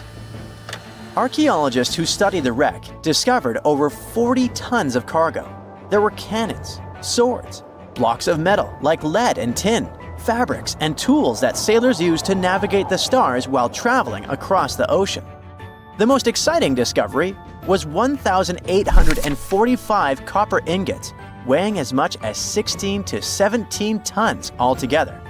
Those copper ingots, or pieces of pure metal, are still in great condition because the hull of the ship and layers of sand protected them from ocean water. The scientists even managed to read the trademarks on them on site and learned they were made by a super wealthy German trading company. There were also more than 2,000 shiny gold and silver coins from different countries, and 105 enormous elephant tusks weighing about 2 tons. The tusks were likely supposed to become luxury items, like jewelry or carvings at the destination. Archaeologists took some DNA samples from the tusks and found that they came from West African forests and savanna elephants. Researchers were lucky that the ship was found in a restricted diamond mining area. No scavengers were able to get their hands on the treasures. The Bom Jesus remains the oldest and most valuable shipwreck that was ever discovered off the western coast of sub-Saharan Africa. Another shipwreck recently found by accident was buried under a 10-foot tall sand dune near the Caspian Sea. Some people call it the world's largest lake, and it has water levels that rise and fall over time because of the changes in weather patterns. These changes can move sand and uncover things like this shipwreck and other treasures along the coast. As the dune slowly disappeared, the ship started to show.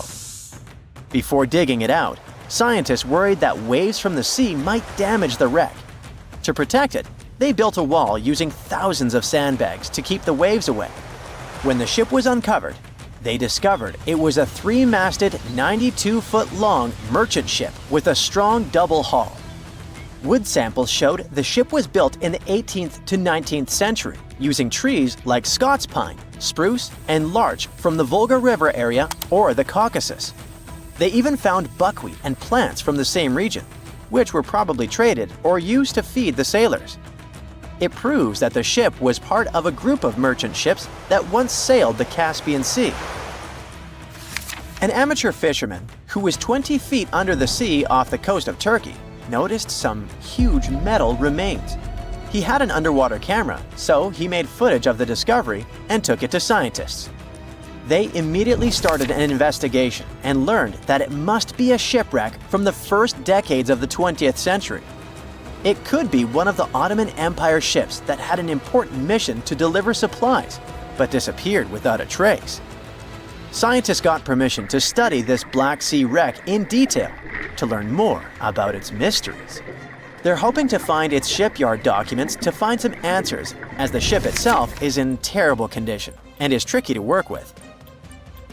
Robot submersibles that belong to an oil and gas company noticed hundreds of intact ancient storage jars sitting on the seabed in the eastern Mediterranean. Experts think those jars are 3,300 years old. This makes the find the oldest shipwreck from the deep sea. The jugs were probably used to store oil or other agricultural products like fruit. This proves that the people who made them organized maritime trade and had incredible navigational skills. It looks like the ancient mariners managed to traverse the Mediterranean Sea without a line of sight to any coast. All they could see was the horizon, so they must have used the sun and other stars to find their way. Off the coast of Sicily, under 20 feet of sand and rock, archaeologists found a shipwreck so old that they aren't even sure what materials were used to build it. They think the ship is from the 5th or 6th century BCE, which means it's over 2,500 years old. This ancient ship wasn't alone. Researchers also found 2 iron anchors shaped like an upside-down T from around the 7th century of the Common Era, and 4 stone anchors from prehistoric times nearby. One of the stone anchors was broken and may have had wooden pieces attached to help it hold on to the seafloor. They figured out that the ship itself was built using the on-shell technique. The wooden planks of the ship were connected so tightly that they could support the ship on their own, with extra beams added just to make it stronger. Sadly, the ship's wooden hull is very fragile now because tiny sea creatures that eat wood have damaged it over the years. Scientists are being extra careful as they study it to make sure it doesn't fall apart. This discovery is such a big deal because it was built during a time when Sicily was super important for trade. Back then, the Greeks and Punics were trying to take control of the seas long before Rome became the ruler of the Mediterranean. By studying this ship, scientists hope to learn more about how people traveled and traded in those ancient times. One more shipwreck, this time off the coast of Kenya. Could be from Vasco da Gama's final voyage. This Portuguese explorer was the first European to reach India by sea around the Cape of Good Hope. Local fishermen discovered the shipwreck in question in 2013. When an underwater archaeologist came to check it out, he found some treasures at the spot: elephant tusks and valuable copper ingots. If this find really has to do with Vasco da Gama, then it must be from the 16th century. It was the year of his third and final voyage to India. Da Gama led a huge fleet of 20 ships, one of which was the São Jorge. Most of the ship is hidden under layers of coral, and a whole team of scientists are carefully digging trenches to find parts of the ship's wooden frame and hull.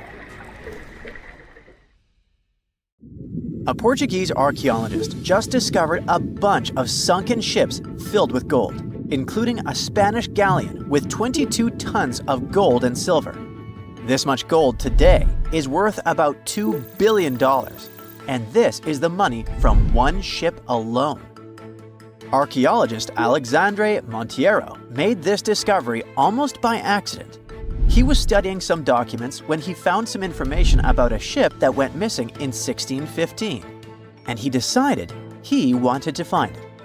After many years, Alexandre found not just this specific ship, he actually discovered 8,620 shipwrecks in the waters of Portugal alone.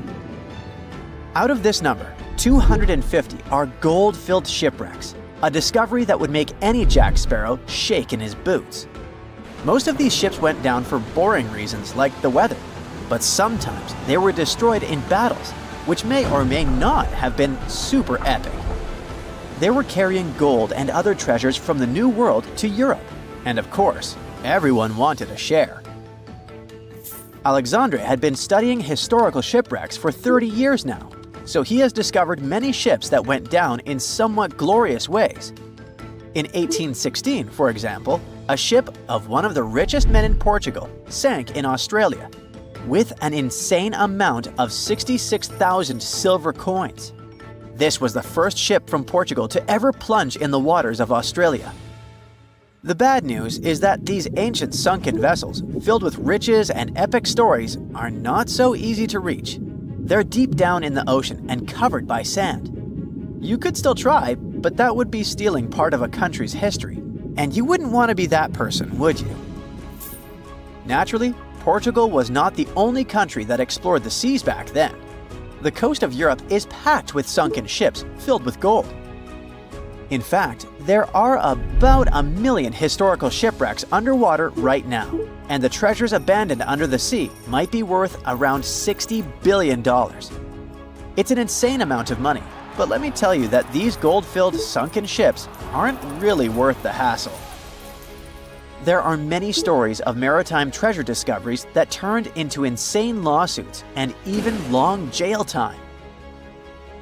Our first story starts in 1746, when a violent storm crashed a ship called Prince de Conti near an island in Brittany. The ship was filled with tea, ceramics, and 100 gold ingots. Of course, the owners of the ship tried to save the loot, but if it's not easy now, imagine how it was back in the 18th century. It took more than 200 years for the vessel to be found. It finally happened in 1975, when a group of French men discovered it and decided to take pretty much every valuable thing they could find. Now, I said these things were not worth the trouble for a reason. In France, if you find anything that can be historical, you must declare it to the local authorities within 48 hours. Fail to comply, and you will be committing something known as a crime. To be fair, our French friends here did declare their findings, but only the corroded cannons from the ship. And the gold? Well, they sold it. Obviously, because each gold bar is worth between $125,000 to $231,000. It took French authorities almost 50 years to retrieve the stolen gold, and they didn't retrieve all of it. Part of it was bought by an elderly couple living in Florida, and the crime is so serious they were charged for connection with money laundering, organized crime, and the trafficking of cultural goods. The poachers also sold some gold ingots to the British Museum collection. Now, let's go back to the 1850s, when a steamer called SS Central America traveled from Panama to California and back again.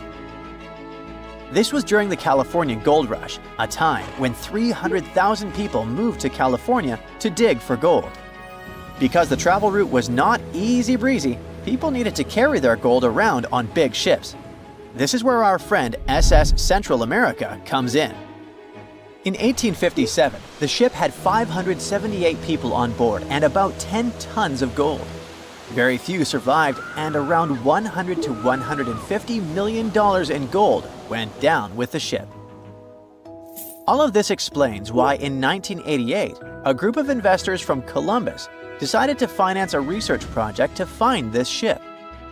The research was led by a guy named Tommy Thompson.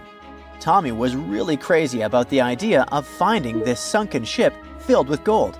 It took him years to find the exact location of the SS Central America, especially because the ship was 7,500 feet beneath the surface of the Atlantic Ocean, and retrieving it required a lot of fancy tech.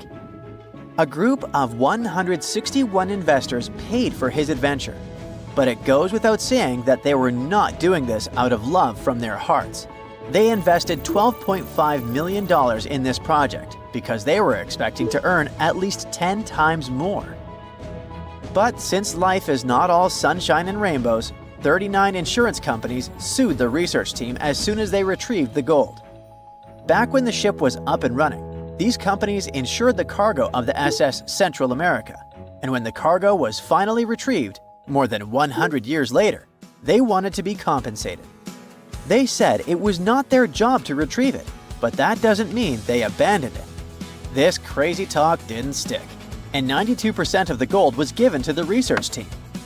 The plot thickened when the investors were scammed by none other than Tommy Thompson, who fled with $4.16 million. He also had 500 gold coins, but he's not telling a soul where they are.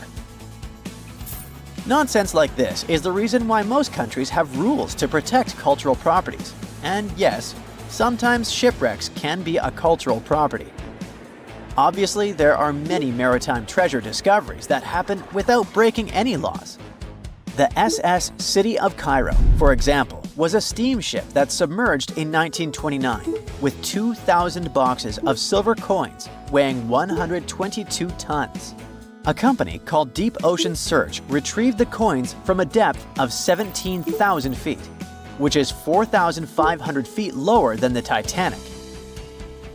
34 million pounds went to the UK Treasury, and the Deep Ocean Search also got a share. The good news here is that some of the coins can be bought by collectors, legally.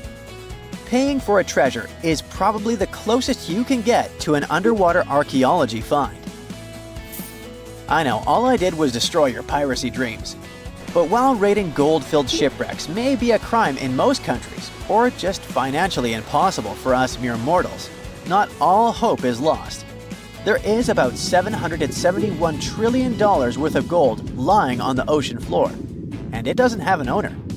It's like an underwater gold mine, except the gold is in the water. You know how the water of the ocean is salty? Well, the gold gets mixed with the minerals in the water, so it's not like you stumble upon a gold nugget on the beach. Each liter of ocean water has 13 billionths of a gram of gold, and it's very difficult to extract such tiny particles of gold from the water. But that doesn't mean people haven't tried, and of course, there's been a scam here too. In the 1890s, a guy claimed he had invented a thing that would suck gold from the seawater. When he got enough money, he fled the country with the cash. If you really want to get some gold, you could try to extract it from the Earth's core, which has 1.6 quadrillion tons of gold. There's 16 times more gold in the Earth's core than what humans have mined in the whole of history. No hoax involved here, because nobody has dared to go down there yet. With archaeologists discovering gold-filled sunken ships out and about, maybe we can make our own maritime treasure discoveries, or at least save enough money to buy some silver coins. The year was 1865. It was a boom of migration worldwide, with novel places discovered and new settlements created. Without planes like we have now, a ship was the only way to escape from the old life and journey towards a new, hopefully brighter future. So a voyage like that was quite a regular thing to do. More than 500 immigrants safely reached Queensland, and the ship was supposed to head back to London sometime later. It was indeed a long journey, but not many people were willing to return to England. After all, they had chosen to come to Australia to create a brand new life.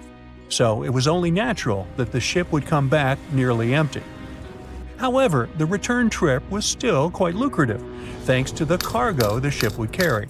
The amount of produce ready to be shipped was substantial, primarily consisting of wool soaked in arsenic, tallow, and hides.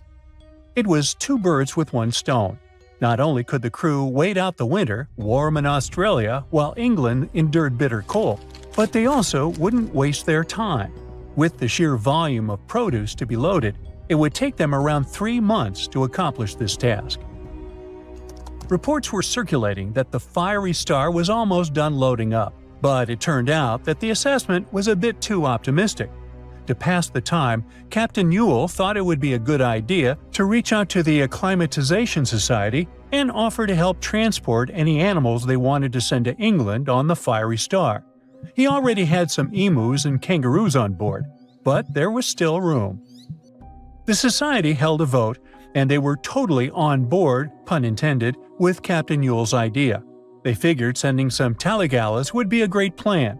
Even though a few of these birds were already in England, the French Society needed a couple, and they could get them shipped there through England. Little did the crew know that all this cargo, all the produce they were willing to sell in England, would ultimately lead to the ship's destruction. Not only was the Fiery Star lost, but most of the people on board did not survive to complete the voyage. March 23rd. That was the day when the ship manifest was finally published.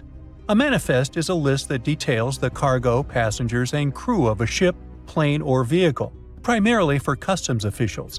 This document helps those involved in the transport verify that everyone and everything that was loaded is still on board when the vehicle reaches its destination. Once it's published, it means the ship is almost ready to depart. There were three possible ways of passenger accommodation. First, there was the saloon, the antiquated name for first class. Next, there was the second cabin, which is, logically, second class.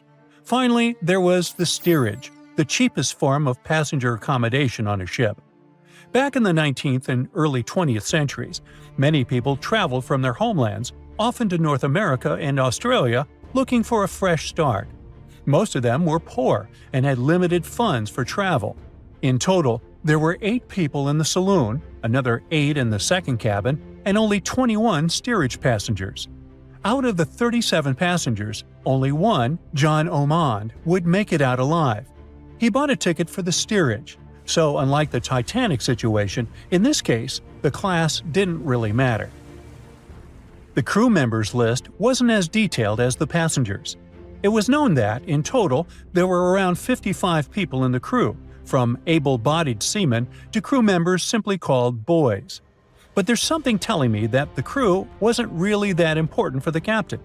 In reality, all that mattered to him was to make as much money as possible, shipping tons of dangerous, flammable cargo.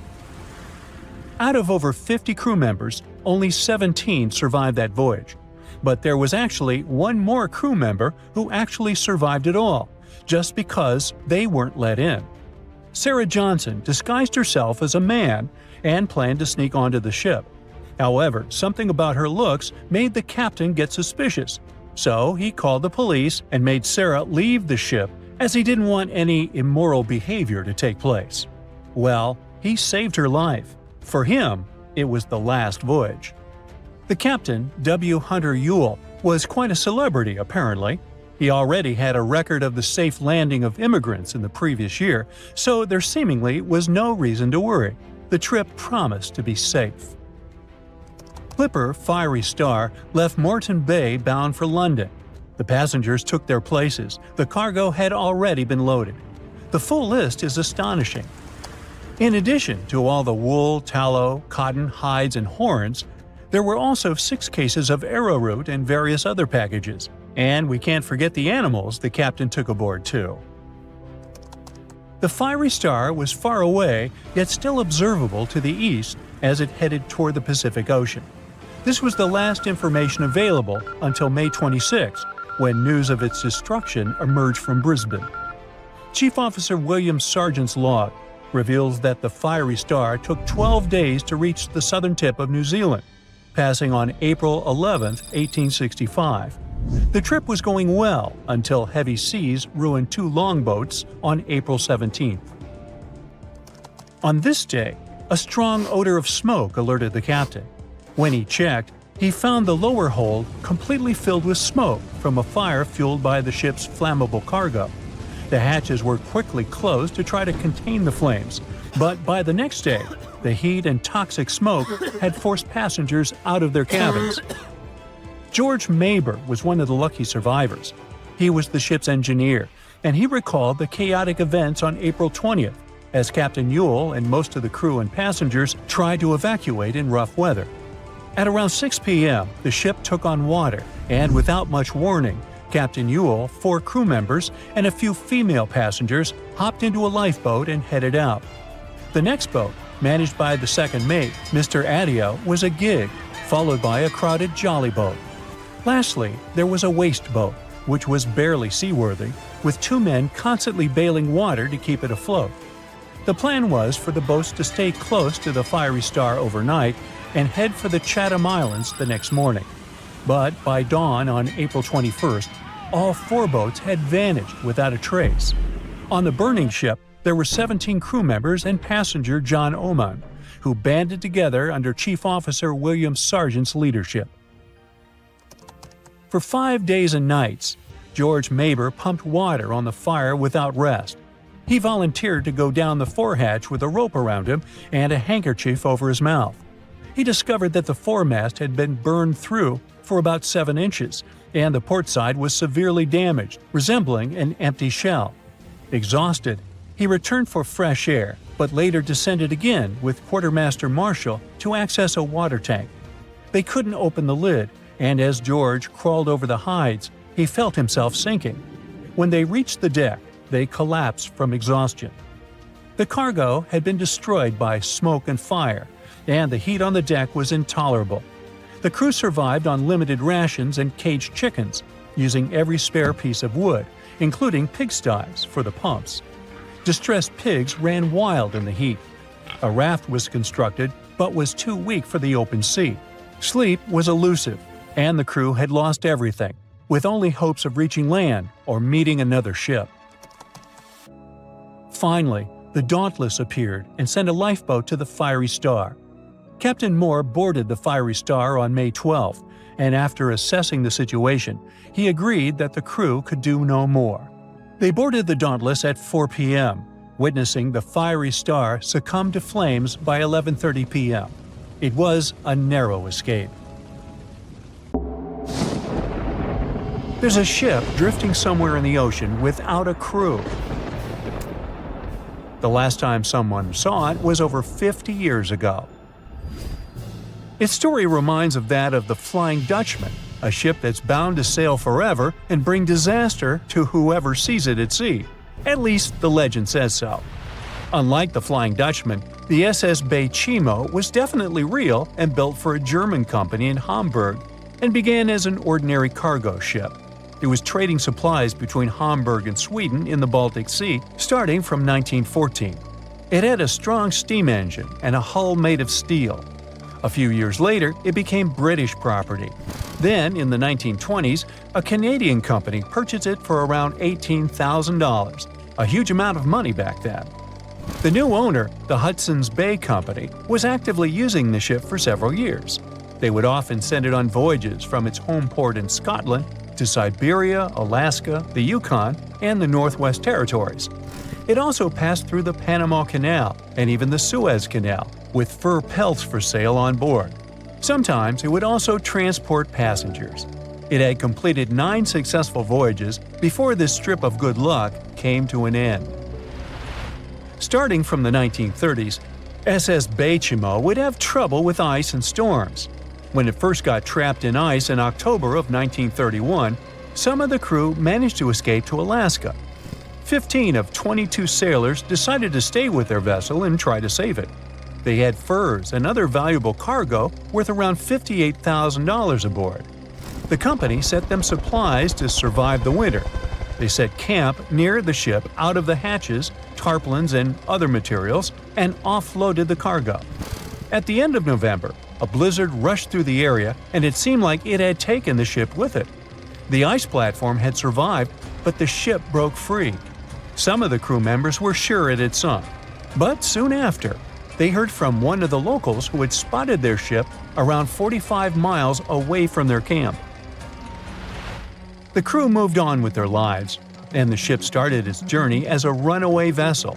People would spot SS Bay Chimo once a year or so, all the way until 1965.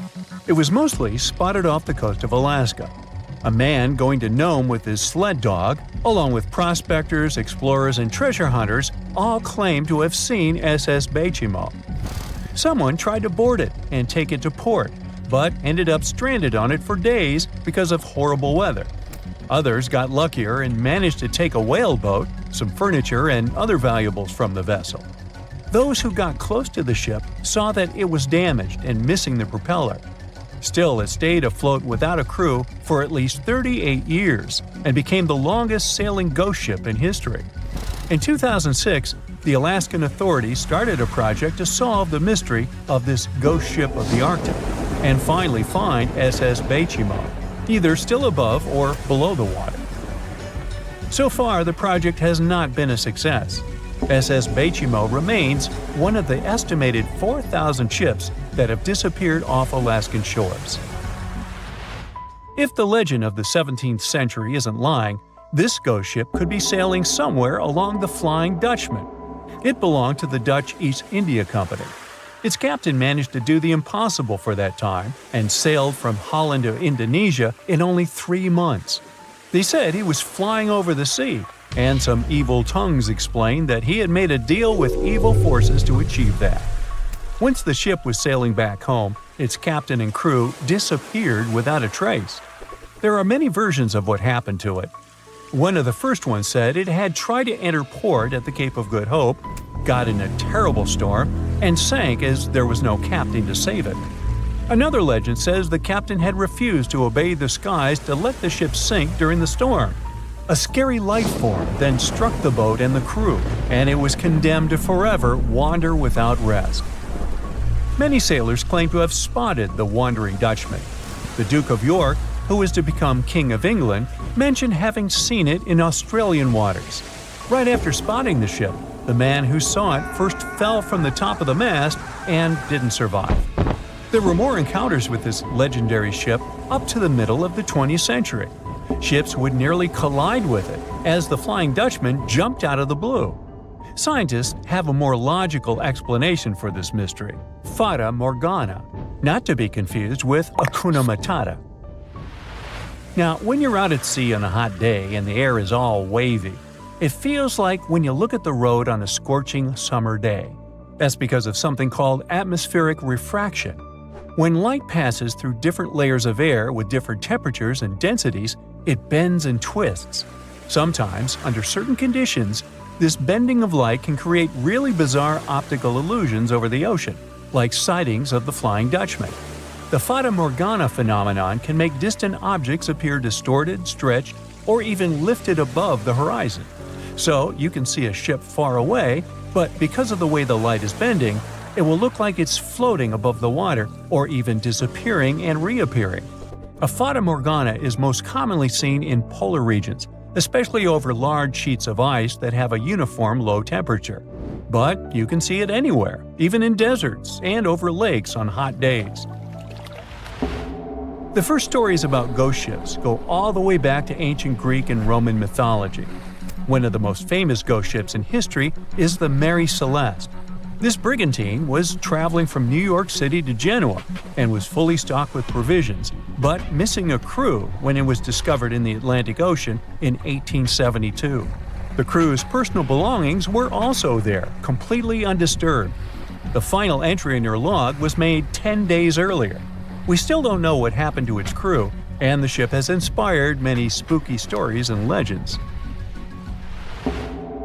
The Lady Lovibond was another legendary schooner that is believed to have been wrecked off the coast of Kent in the middle of the 18th century.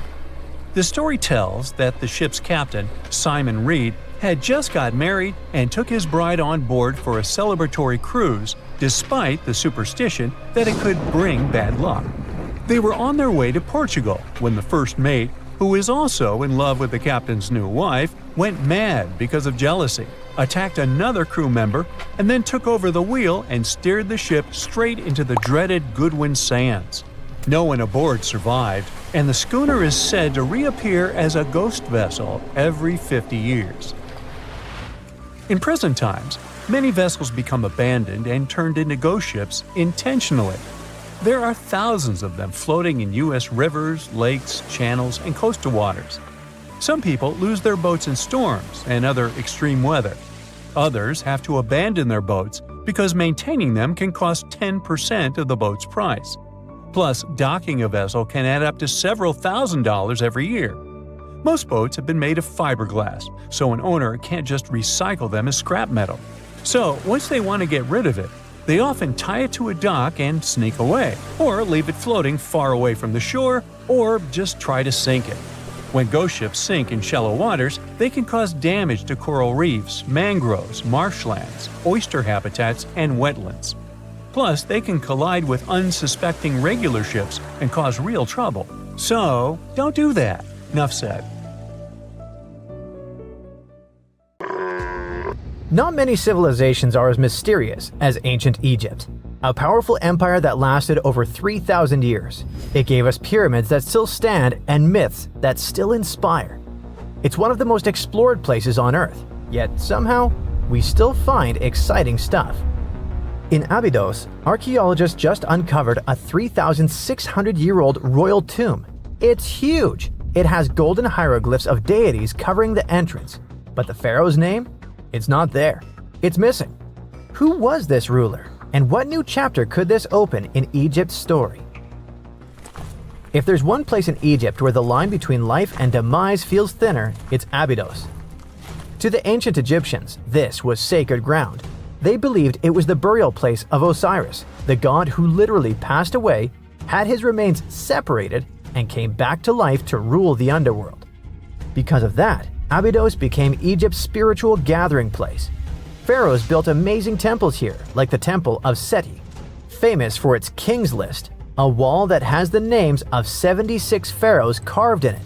Pilgrims came from across Egypt, leaving offerings and participating in Osiris festivals, where his demise and rebirth were ritually reenacted. It wasn't just symbolic worship, it was Egypt's version of Comic-Con. But instead of cosplaying superheroes, people reenacted gods coming back to life. Obviously, pharaohs competed to be buried as close to Osiris as possible. Abydos became part cemetery, part holy city, part afterlife insurance policy. Fast forward thousands of years, and we still uncover remarkable stuff around Abydos. That's the case with the recently discovered tomb. In early 2025, a joint team of researchers from the US and Egypt decided to dig beneath a rocky rise ominously called Anubis Mountain. You remember Anubis, the jackal-headed deity who guarded cemeteries. The uncovered royal burial was hidden 23 feet below the surface. Sadly, even though it eluded archaeologists for so long, robbers had already taken away with treasures ages ago. They could definitely tell this was a tomb of someone super important. Similar to how you can walk around a mansion with no furniture but still deduce that someone rich must have lived there. The chamber had mud brick vaults rising over 16 feet. That's taller than a female giraffe standing upright. For something built 36 centuries ago, it still felt enormous. However, when you remember that Egyptians were masters of architecture, nothing seems surprising. So no treasures, no golden mask, and sadly, no name. The cartouche that should have spelled the king's identity was unreadable. Egyptian tombs usually bragged about who was inside. In ancient Egypt, a cartouche was basically a big oval name tag for kings wrapped in hieroglyphs. Think of them as VIP passes that worked in both this life and the next. Without it, your soul couldn't check into the afterlife hotel. That's because to the Egyptians, your name, your ren, wasn't just so your teacher could distinguish you from kids with the same haircut. It was a core part of who you were. As long as your ren survived, so did you. To have your name forgotten was considered a fate worse than passing away. A soul cannot journey without a name. That's why you'd see cartouches all over the place, on temples, obelisks, jewelry, statues, and tomb walls. It wasn't there just for the marketing. It kept the pharaoh's presence front and center everywhere you looked. Imagine building a massive tomb only for 3,600 years later to walk in and go, who is this guy again? Not cool at all. That's why it's fair to imagine our nameless pharaoh haunting the robbers for all eternity. So yeah, cartouche was considered very significant. One of the most famous and mind-blowing examples comes from the tomb of Thutmose III. His burial chamber and sarcophagus were literally shaped like a cartouche. In other words, the entire room was a living architectural symbol of his name. Thankfully, in the recently discovered tomb, not everything was erased. Painted in golden hues at the entrance were two familiar guardians, deities Isis and Nephthys. Isis was the magician who stitched Osiris back together and breathed life into him. Nephthys, her sister, was the eternal mourner and protector of the mummy. Together, they promised that whoever rested here would not face the afterlife alone, and it's one additional proof of the importance of the mysterious pharaoh. So, who could this be? To answer that, we need to go down history lane. This tomb dates back to Egypt's messy chapter called the Second Intermediate Period. Instead of one ruler in charge, the country had many rival kingdoms, each with its own little power base, like a real-life Egyptian version of Game of Thrones. And right in the middle of that chaos was Abydos. For a while, it was home to its own line of kings, the so-called Abydos dynasty. Those weren't the pyramid builders everyone knows, and that's why they're so mysterious. They left behind almost nothing. No great monuments, no sprawling cities, just fragments of names on broken blocks. For centuries, many scholars even doubted they existed at all.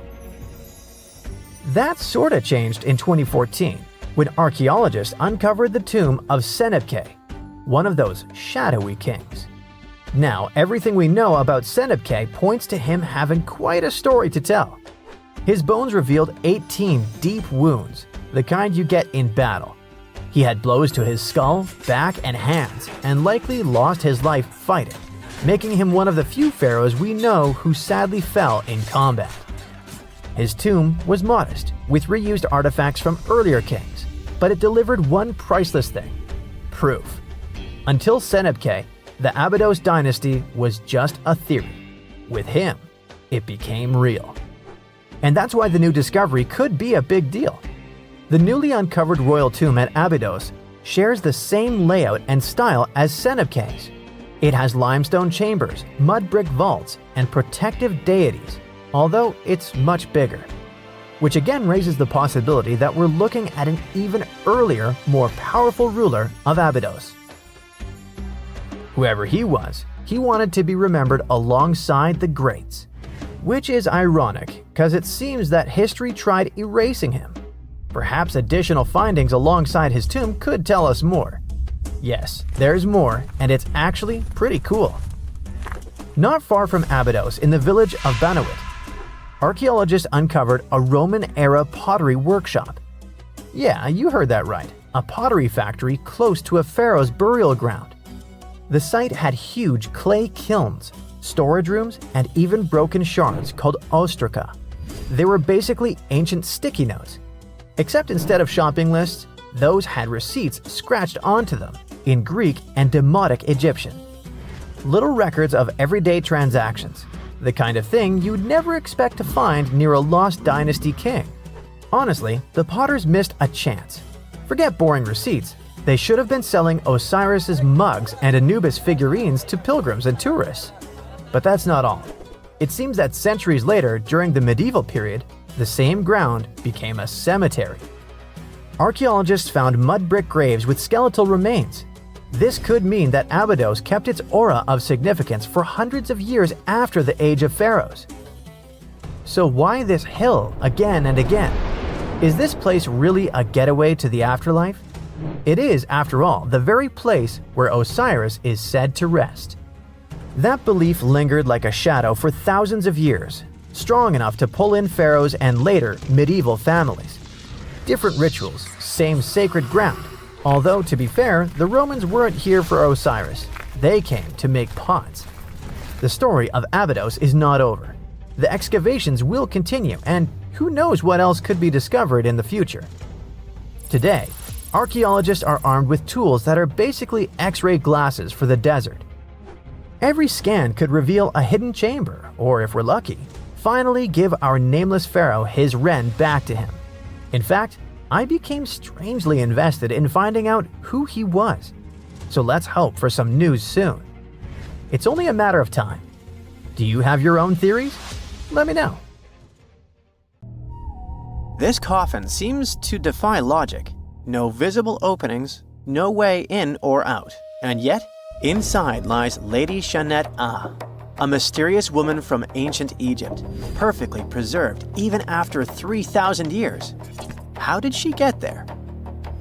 It was the third intermediate period in Egypt, a time between great dynasties.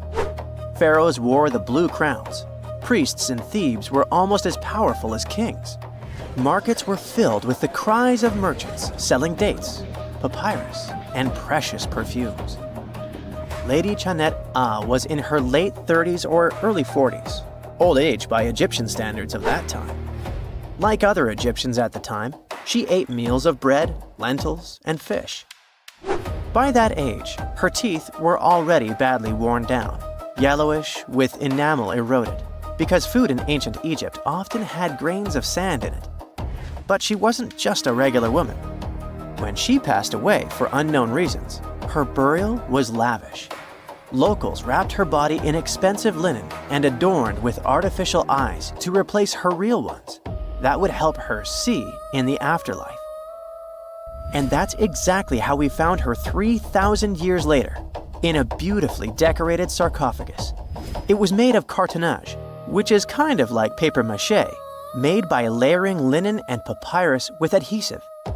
These coffins were wildly strong, lasting for thousands of years, all thanks to Egypt's super dry climate.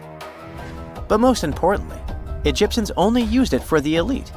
So she was someone very important to the locals, though we might never know why. But there was only one huge problem with her mummy. How did they even put her in the coffin? No matter how much researchers looked, there were simply no entry points. The only visible gap was a tiny slit near her feet. But that's not nearly large enough to place her entire body inside. This mystery puzzled them for decades, until they finally learned the truth only recently. They studied those mummies at the Field Museum in Chicago using new technology, CT scans. It's basically like taking thousands of X-rays and piecing them together to create detailed 3D images. That's how we can learn more about the bodies without disturbing them. And it turns out the ancient Egyptians were unbelievably clever. They didn't construct the cartonnage around Shenat-Ah's body, which would be a common and easy thing to do. Instead, embalmers created the coffin first. Then, they softened this coffin with moisture to make it flexible. After that, they carefully molded it around her wrapped body. They did cut a slit along the back of the coffin to do that, but then they laced it up like a corset, so it seemed like there were no openings. Finally, they secured a wooden panel at her feet to keep everything in place. That's where the tiny slit came from. Usually, the insides were removed and put in jars, symbolically guarded by the 4 sons of Horus. Egyptians believed that the deceased would need all that stuff once they got into the afterlife. They also thought it would help preserve the body for ages, which, as we can see, worked amazingly well. Thanks to their beliefs, we now have mummies as time capsules. Each son of Horus was supposed to protect each of the specific body parts. The human-headed Imseti for the liver, the baboon-headed Hapi for the lungs, the jackal-headed Dalmatef for the stomach, and the falcon-headed Kebis Senuv for the intestines. It's crazy how much effort the embalmers put into their job, especially in Lady Shenat-Ah.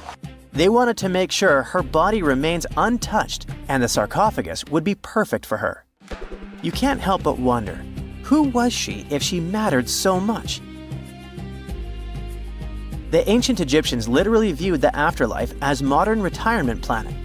You're not just passing away, you gotta prepare yourself for it. Prepare the body, eyes to see, and so on. And the richer or more important you were, the better your afterlife would be. But Shenat-Ah wasn't the only fascinating mummy they studied. They also decided to scan Harwa, an Egyptian man who lived around the same time. Judging by the mummy, he also had a high social status. His mummy revealed no signs of hard labor and his teeth were well kept, which means he enjoyed some high-quality food without tons of sand in it. Some fellas got lucky both in life and after it. But there were many mysterious mummies throughout history. One of them is Chin Tsun, also known as Lady Dai. The story of her began in 1968. Some workers near Changsha, China were digging an air raid shelter for a hospital. But suddenly, they accidentally uncovered an ancient burial site. They came down there and stumbled upon something incredible. 3 tombs belonging to a noblewoman, her husband, and a young man believed to be their son. She was a noblewoman from ancient China, and she had a fascinating backstory. She lived over 2,000 years ago during the Western Han Dynasty. She was married to Li Kang. a guy who served as chancellor to the Changsha Kingdom, a high-ranking official. At first, it looks like Lady Di lived a life of luxury and privilege. She had private musicians to play at her parties, and for her personal enjoyment. She probably played the guqin, an instrument that back in the day people associated with intellect and elegance. And she certainly ate like an empress. Fine meats, delicacies, and all things like that. Even her wardrobe was full of some exquisite silk, not even mentioning the tons of cosmetics. But all this wealth came at a cost. The more she aged, the worse her health became. She got a full pack: a heart condition, diabetes, high pressure, and liver issues. It also looks like her back was driving her crazy, probably making it hard for her to even move. Finally, as a cherry on top, she developed gallstones. All this packed together eventually led to a heart attack that took her life around the age of 50. There was one haunting detail. Scientists found over 130 melon seeds in her stomach and intestines. Most likely, she ate watermelon just hours before she passed away, which means it was probably during summer when the fruit was ripe. She enjoyed a sweet, simple treat before her life was cut short. The excavation began in 1972, and this wasn't easy at all. Over 1,500 local students had to help. And Lady Di was the most mysterious one. She was buried in 4 rectangular pine boxes, one inside the other like a Matryoshka doll, all wrapped in 20 layers of silk, and all that sealed with lots of charcoal and white clay.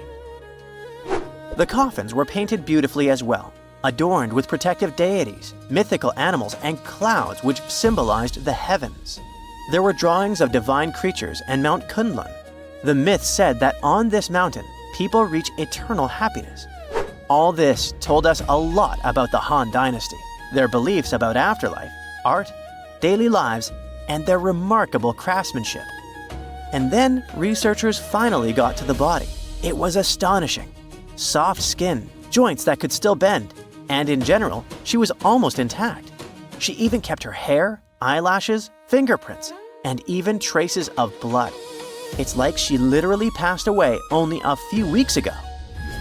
Ancient people used a very clever technique to preserve her. It looks like embalmers put her into some weird, mysterious acidic liquid. This liquid prevented bacteria from growing. Unfortunately, it also gave rashes to all the scientists that touched Lady Di. And this rash lasted for 3 months. And you know what they buried together with her? Over 1,400 artifacts, mostly personal stuff like silk clothes, cosmetics, and musical instruments. Even food, grains, meats, wine, and pastries. There were also 162 carved wooden figurines of various servants and musicians. It's possible that they were either just there to service her even in the afterlife,